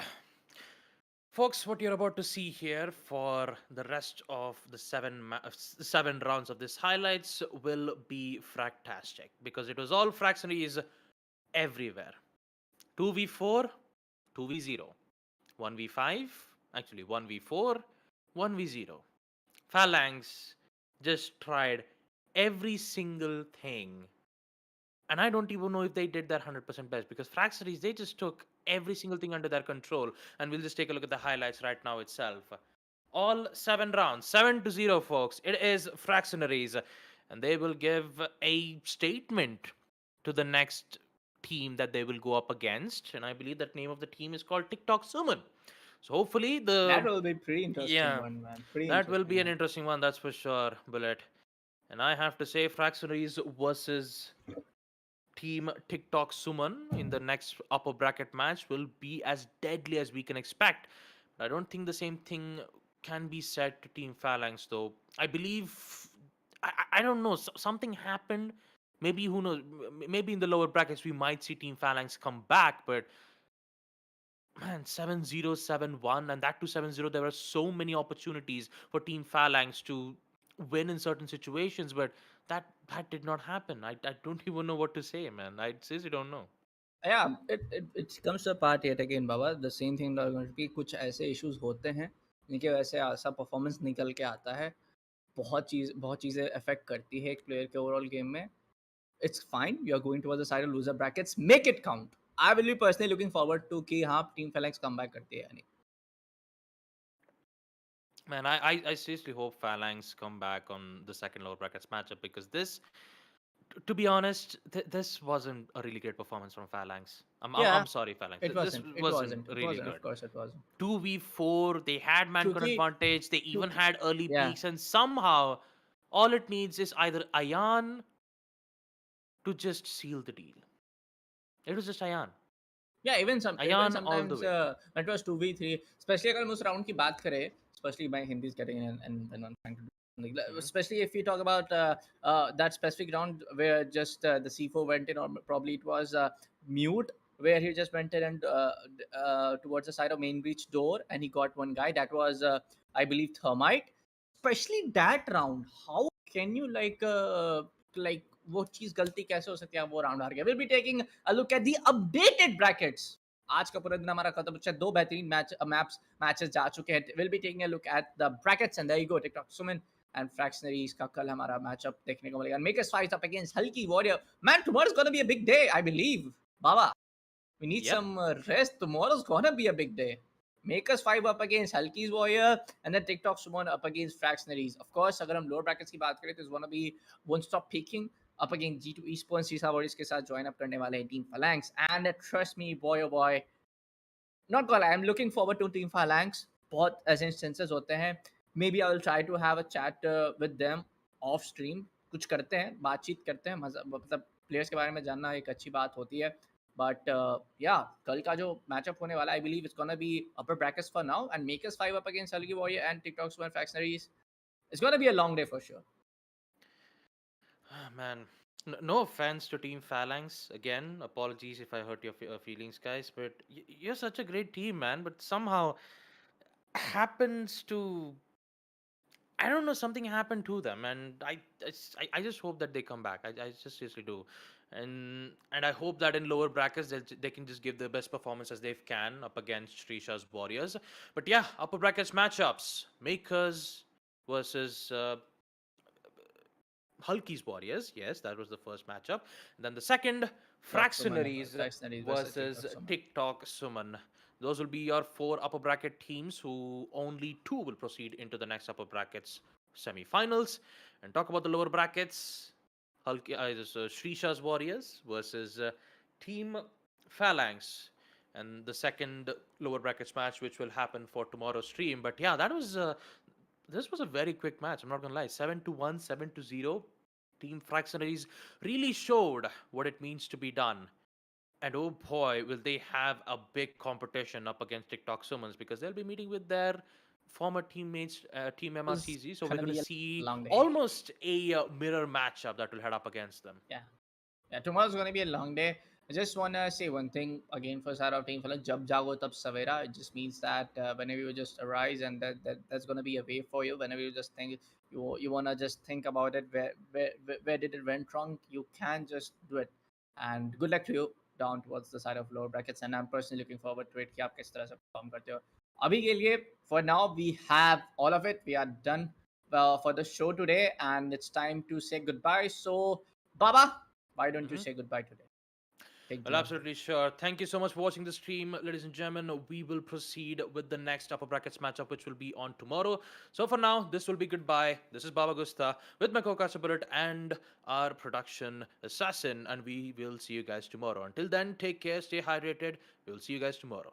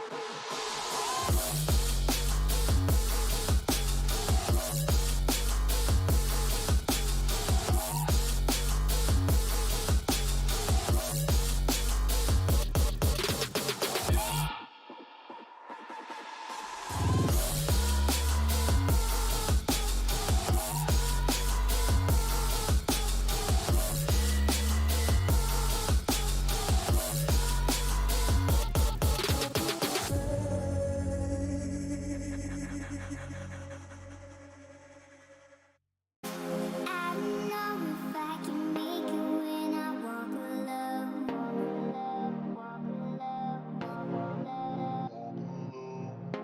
Can somebody come and save me? I just wanna know. I wanna know. I could run through the fire, I could conquer the night. If I can make it, if I try to draw the red light. I could run through the fire, I could conquer the night.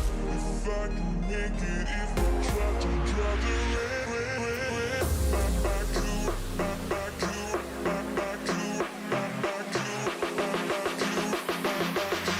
I could run through the fire.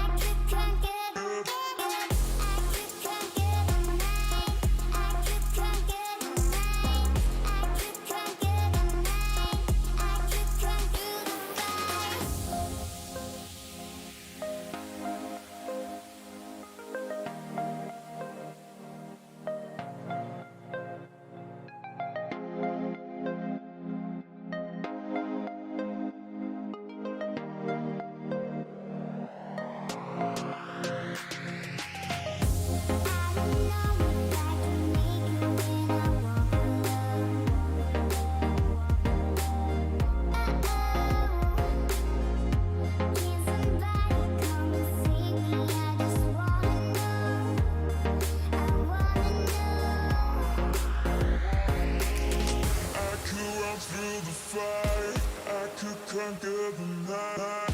If I can make it, if I try to draw the red light, I could run through the fire, I could conquer the night.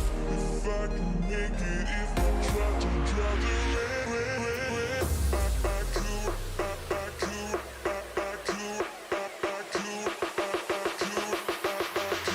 I could run through the fire.